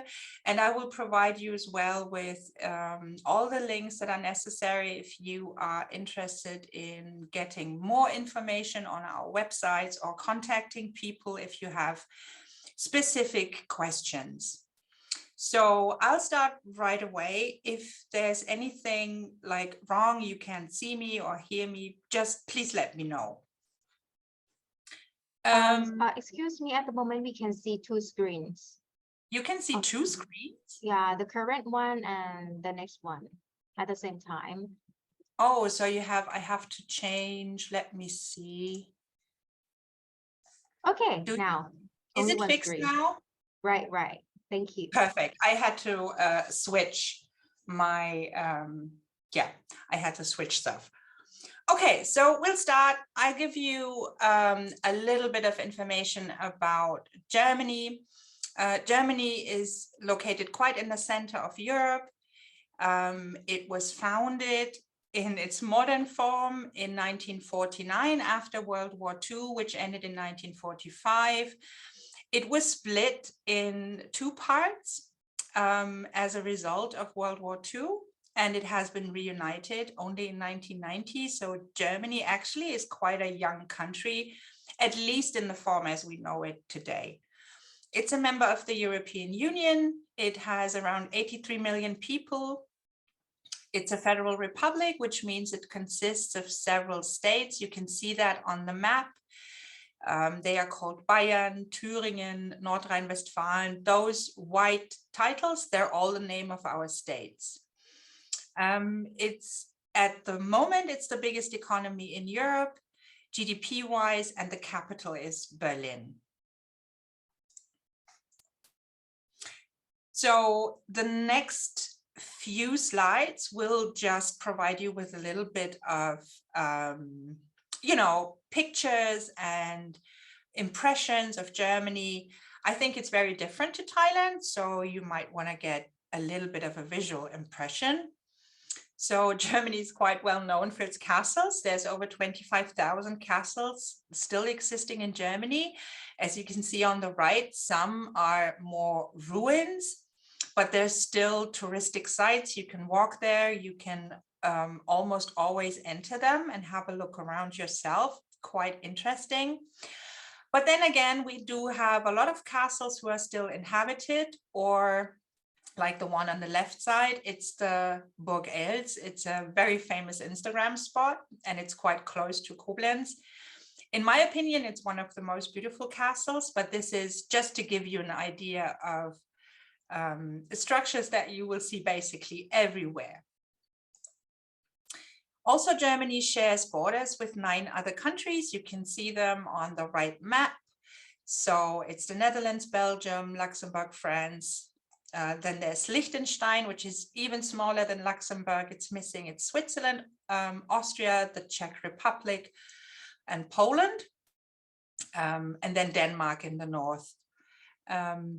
That makes Germany, if you want to come to Europe and you want to travel Europe, basically an ideal location for avid travelers. So it's very easy. From here, we have a 3-hour train ride or car ride to Amsterdam. It's 1.5 hours flight to London. Paris, I think it's also 3 hours. So everything is quite close. Traveling within Europe is also very cheap. So we kind of build the ideal base if you want to explore more around Europe. Then this is what Germany looks like in everyday life. There's a lot of medieval architecture still alive throughout the different building eras and style eras. So there's a lot of, you can see the Gothic church on the right side. It's the Dom, Kölner Dom. It's a huge church. I think it hosts around 40,000 people, something like that. And then on the right picture, you can see basically a town center square with the famous European cobblestone. It's actually quite nice. So this is what you can expect to see and to live in when you come to Germany. Yes, then we do have our famous festivals like Carnival season in North Rhine-Westphalia, which is a neighboring state to Rhineland-Palatinate. That is where we are located. And then you have the famous Oktoberfest, which you can see on the left picture, where you have those famous hearts. They all have nice little quarters on them, and they're quite a famous gift to bring back. And then also we have highways without speed limit. Some of you might be interested in driving on one of those. So yes, I thought I'd provide you with a picture as well. I'm gonna go ahead and tell you a little bit about Koblenz. Koblenz is not a very big city. It bears the title of a city. It has around 14,000 inhabitants. This is Koblenz by night. I think it's quite a nice picture. You can see all the lights and the River Rhine, and that's what it looks like in the evening. It's quite a beautiful city. The state that we are located in, as I said before, is Rhineland-Palatinate. The city itself is around 2,000 years old. That was in 1992. It's because of that, it's one of the oldest cities in Germany. It has around 114,000 inhabitants. There's 2 universities. We have a regular university, and then there's us, the University of Applied Sciences. We have 2 main rivers. There's actually a ton of rivers throughout Germany, so there's a lot of water available everywhere. The rivers that are close to Koblenz are the River Rhine, which is the longest river in Germany, and the River Moselle. And because both of them flow together in Koblenz, that's where Koblenz also got its name from. It comes from the Latin word confluentes, which means flowing together. So that's the point where the rivers meet. And then the Middle Rhine Valley and the Rhine Gorge are UNESCO World Cultural Heritage. That is what you could see on the first slide where it just said Koblenz. And then I have a little bit of a visual impression as well. So this is the River Moselle, and this is what Koblenz looks like on the riverbank. So you can actually see a lot of the medieval architecture and the old houses. Some of these houses are 600-700 years old. This is the so-called German corner, the Deutsches Eck, that's what it is in German. And here you can see exactly the point where those 2 rivers meet. So the river on the right side is the River Rhine, and the river on the left side is the River Moselle. And all the flags that you can see here, they symbolize the different German federal states. So that is to show that we are a unified nation now. Then there's another castle.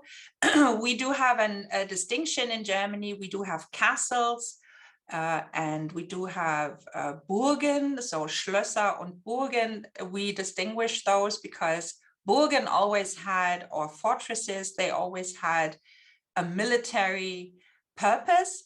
And the regular castle, they have just been residential palaces for the nobility back in the day.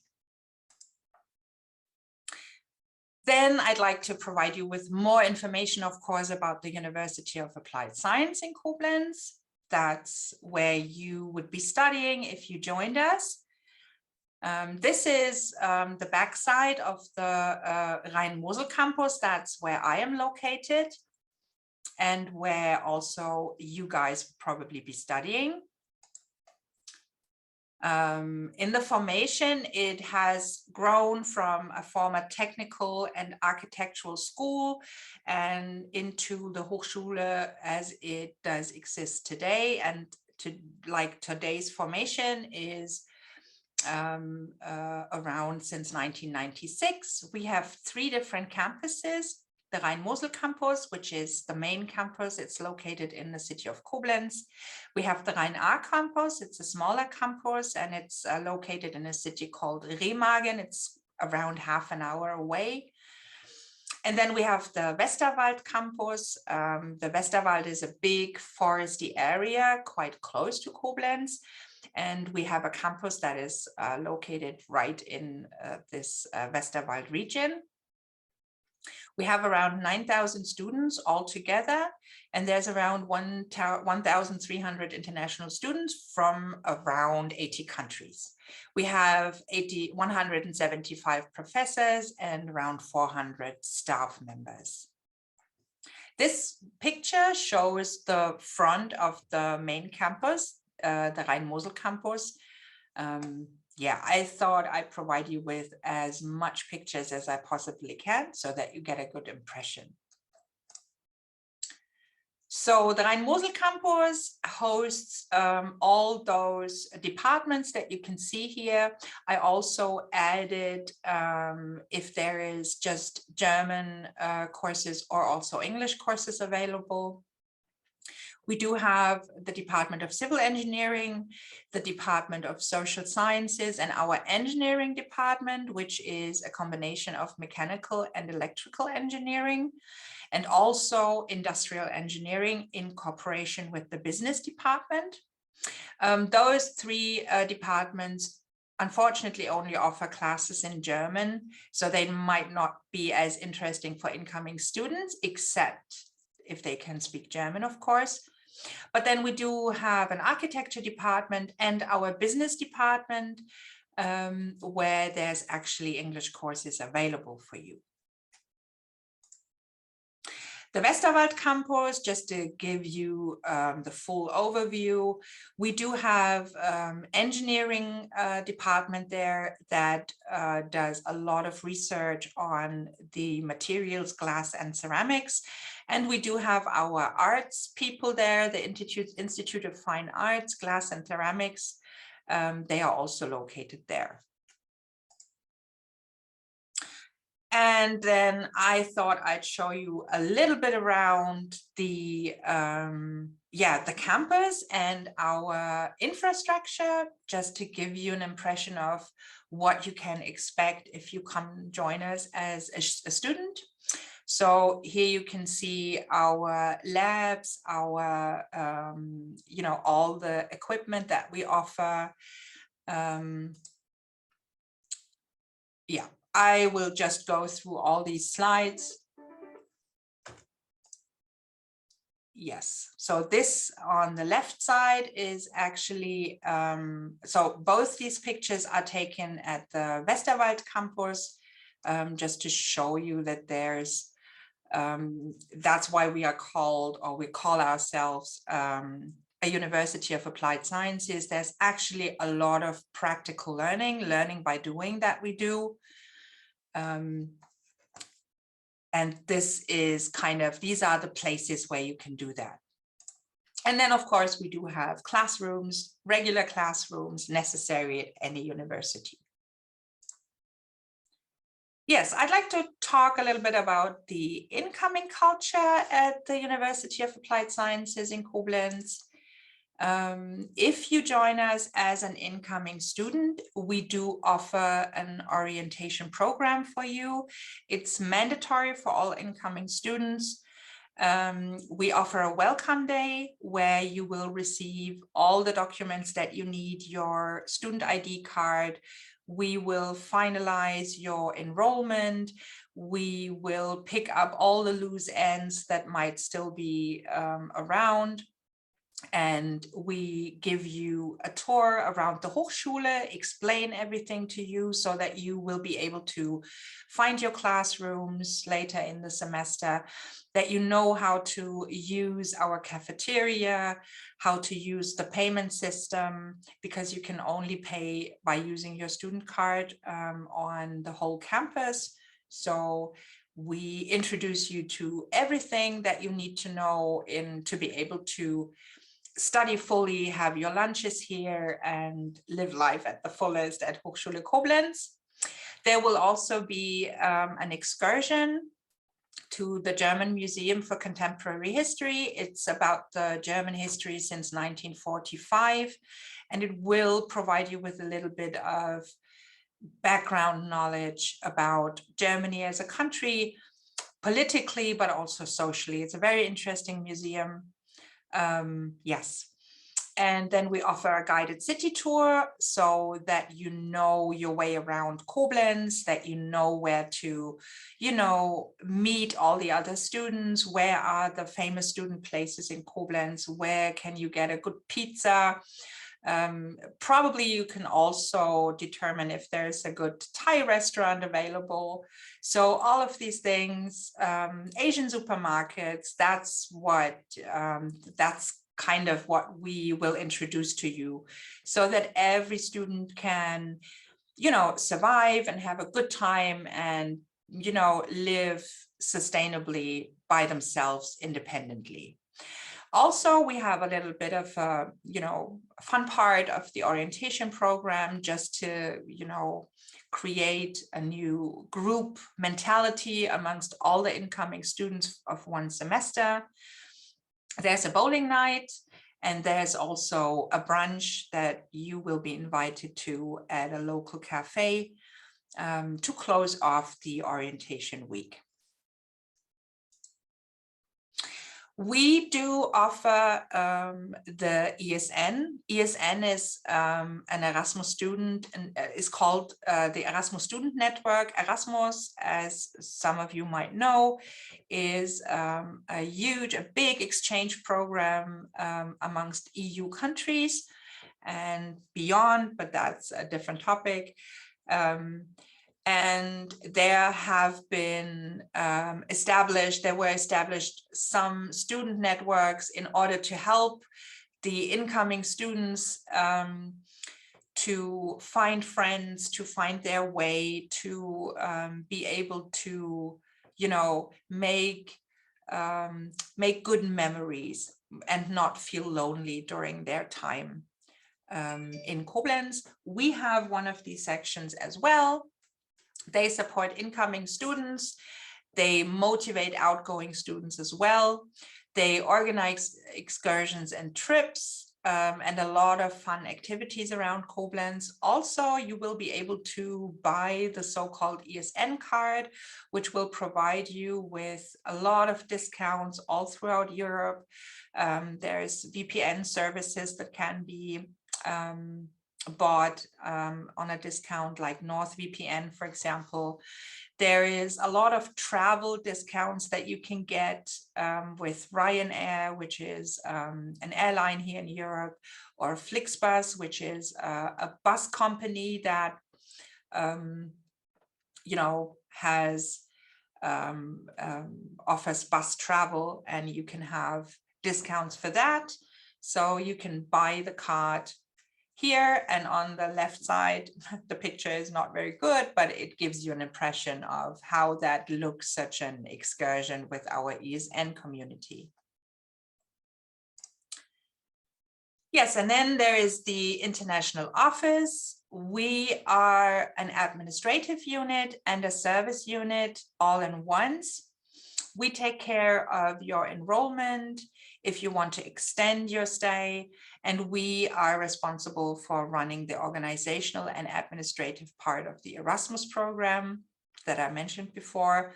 We are also a service unit. We offer language courses in general. For incomings, the German courses are, of course, more interesting.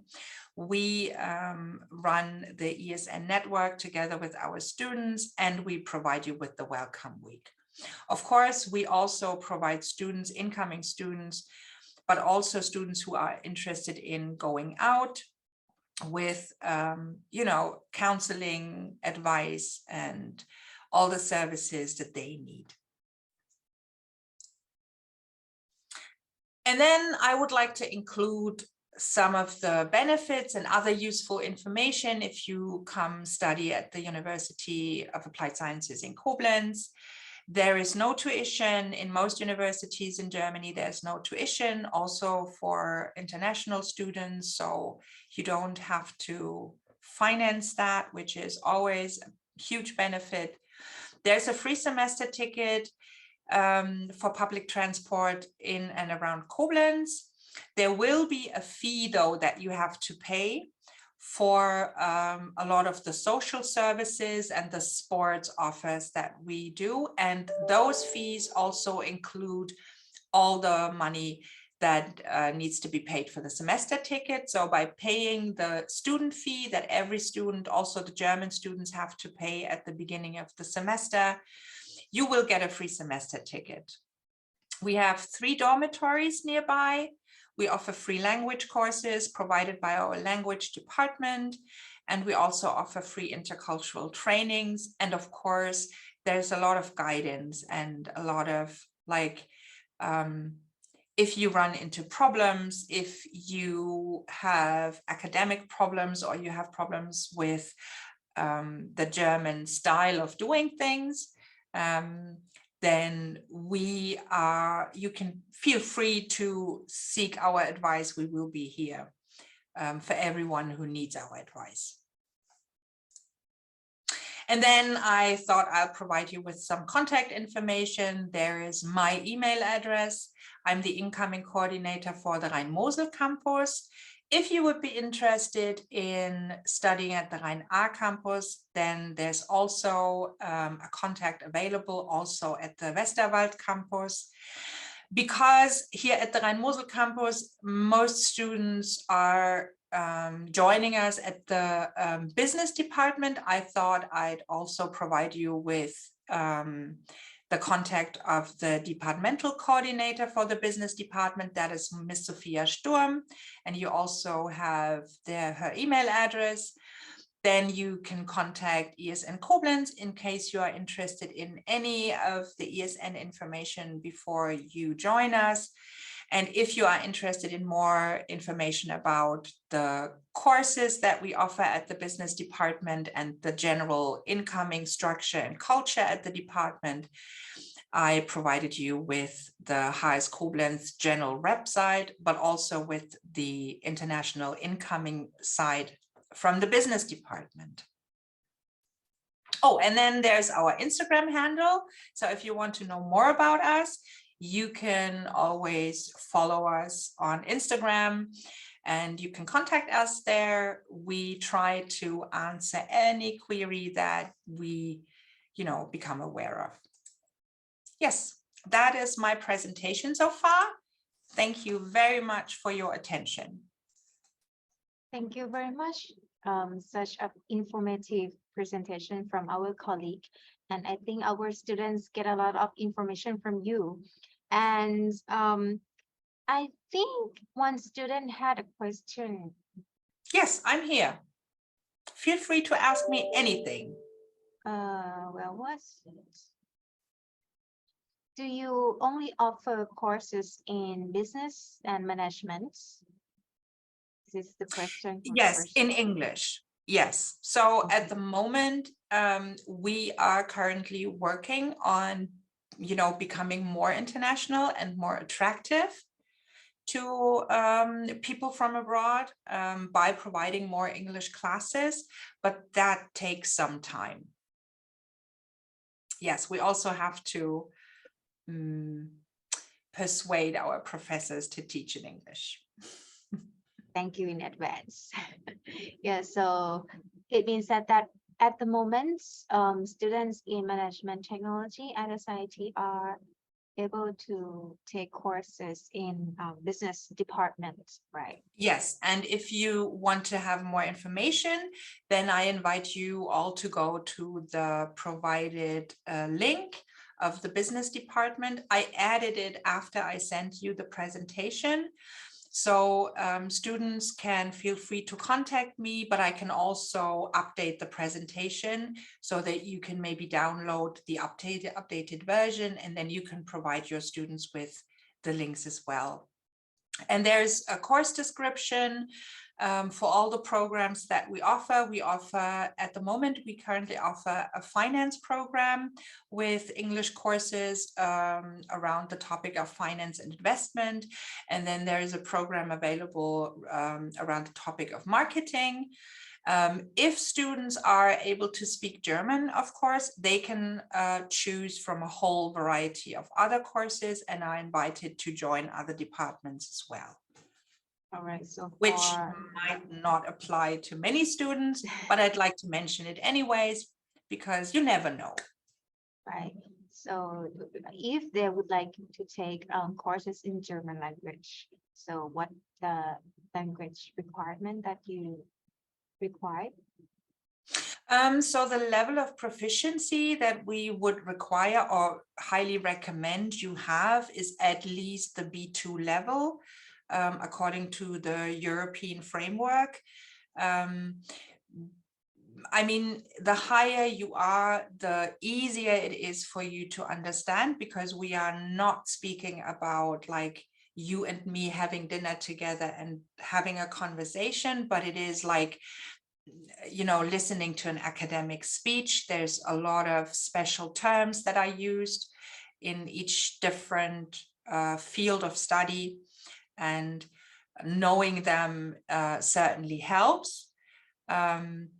But yeah, most Germans also are able to speak English quite well, even though they might not admit it. Like, you will meet a lot of Germans telling you, yes, I do speak German a little bit, and then they can provide you with a whole political speech about and discuss every topic basically. So hopefully there will be more English courses available in the future, in the near future. Maybe next year I have different news if I get re-invited. All right, thank you. We have a question here. In the chat box. Spring semester, when will spring semester start? So in Germany, we do not have fall and spring. We do have summer and winter terms. So the summer term, the official duration is from March 1st to August 31st. And then, you know, according to that, from September the 1st to February, or the end of February, depending on which day is the last day of the month, that would be the winter term. So classes start a little bit later than the official semester start. That's more an administrative term. We have around 4 months of study period and around 2 months of non-study period, where there's time to do self-studies, internships, project works that you might want to accomplish or you have to accomplish due to the guidelines regarding your courses of study. All right. So classes this summer term started on the 20th of March, but that can vary. So may I ask, when is the examination period? The examination period in the winter term is around mid-January. So you would start at, let's say, mid-September as an incoming student with the incoming week, which would be the start of your winter semester, and then you would finish around mid to end January. And during the summer term, you would start somewhere around mid to end of March. And then the exam period is around, I think it is around the end of June, the beginning of July. Okay. But of course, it depends, like architects, for example, they very often do not have any courses, but they do have projects to complete where there's no exam period involved. So the study period might vary in those cases. Okay. And do you have scholarships offered to exchange students? Yes, so at the moment we do not offer any scholarships from our Hochschule. Also, we do not have an international Erasmus agreement at this point with SIIT. So you would have to, you know, finance it by paying for the travel expenses. University doesn't cost anything, but of course you have to pay rent. You would have to set up a so-called blocked account. Is there time to explain how that works briefly? The blocked account, or do students know about this? So I think the student will figure it out about the block account after they get the acceptance letter, which is quite different in Thailand. Yes. Somehow. So the German government actually wants to secure the fact that students can take care of themselves financially, at least regarding their healthcare, their monthly expenses for food and rent and materials that they need for university. So what the government does, it requires students that come from outside of the European Union to set up a so-called blocked account. You have to at least, I think it is at the moment, 850 euros per month. So if you want to stay 6 months, you have to, you know, secure the amount of 6 times 850 euros to the blocked account. Then students will open up a German bank account with us. We will assist students with all of that. So that's nothing that they have to do by themselves. And then they get, every month, they get 1/6 of the amount that they have put into the blocked account before. Okay. Yes, and that is so they can't spend the money like in the first month and then run out of money. It will, you know, partially be transferred to the German bank account. So you have every month you have money to pay your rent, you have money to pay for your health insurance. Health insurance also is mandatory, so you have to get it. We highly recommend that people go with one of the companies that offer a combination of a blocked account and healthcare. Those are available and they work quite well. There's Fintiba, they work with a German healthcare provider. And then your students, I think, chose another one, which works with the TK, which is our main healthcare provider. But students are free to choose any healthcare provider. So everything that we advise to them is just for simplification reasons, because we have, I don't know, 190 healthcare providers, and we can't, you know, do a good job in advising students if we had to, you know, keep in contact with all of them. So we just focused on one. But of course, it's a free market and students are free to choose any provider that they want. Okay. Thank you for the information, because insurance is one of like the question that students always ask if we recommend anything or not.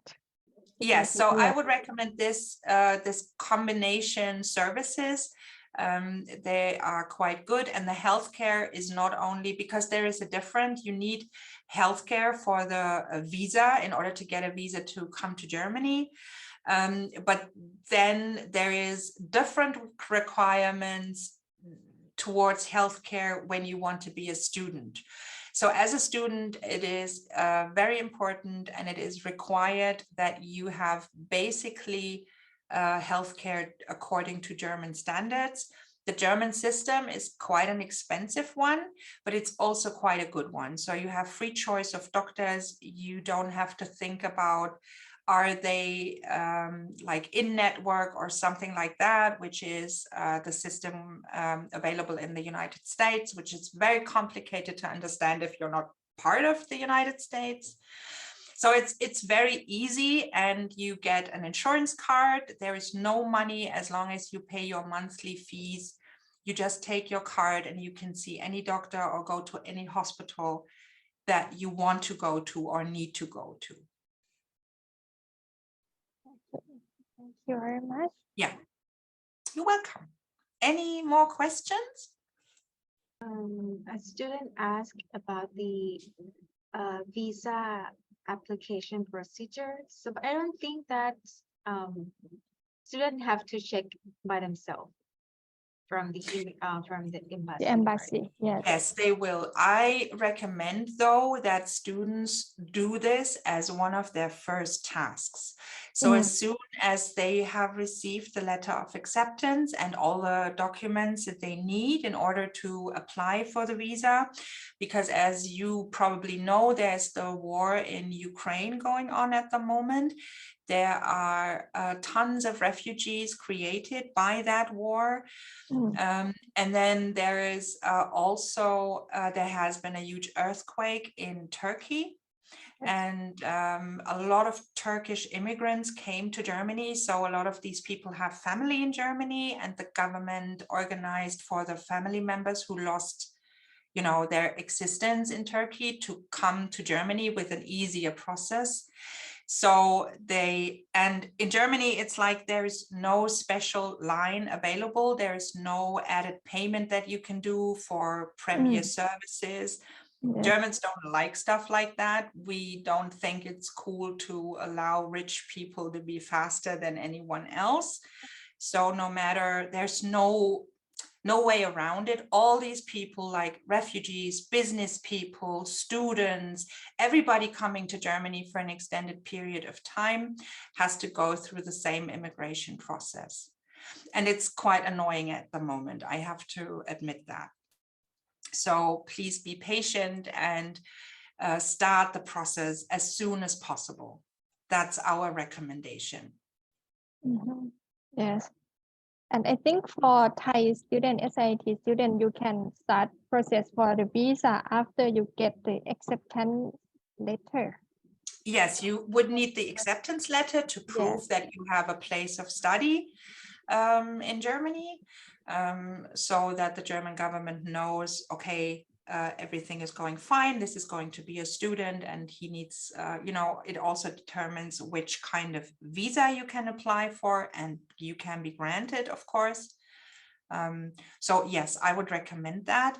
But it will be a requirement also to prove your health insurance and your blocked account. So maybe you want to do all of this in advance and then apply for a visa. Because I think there's only one appointment. You do your application and then you get an appointment usually. You know, where you can then provide them with all your documents. And I think it's the best thing if you have everything done at this point. But we are happy to help people out. So if there's anyone having a question while they are applying for everything, feel free to contact us.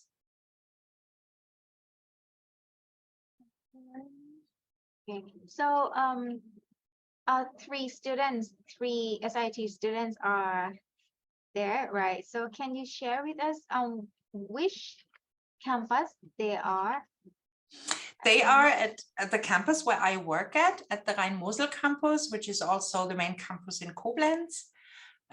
They study at the business department, and all of them started classes last week on the 20th. We are currently working on our own international week, and all of three will be part of that as well. and then provide students, German students, with information about SIIT and Thailand in general, because it's not only about celebrating our partners, it's about celebrating the, you know, the end of Corona as well, no restrictions anymore, people can meet up. So it's the first semester where we do have real happenings going on. Yes, so we are quite looking forward to this. So it's a bigger celebration of diversity and also our partners, and all at the same time. We just So- wanted to have a festival, to be honest, Yeah, after yeah. so many years. Yeah. Yeah, right. So after the COVID, so everyone wants to celebrate. Yes. And we are, yeah.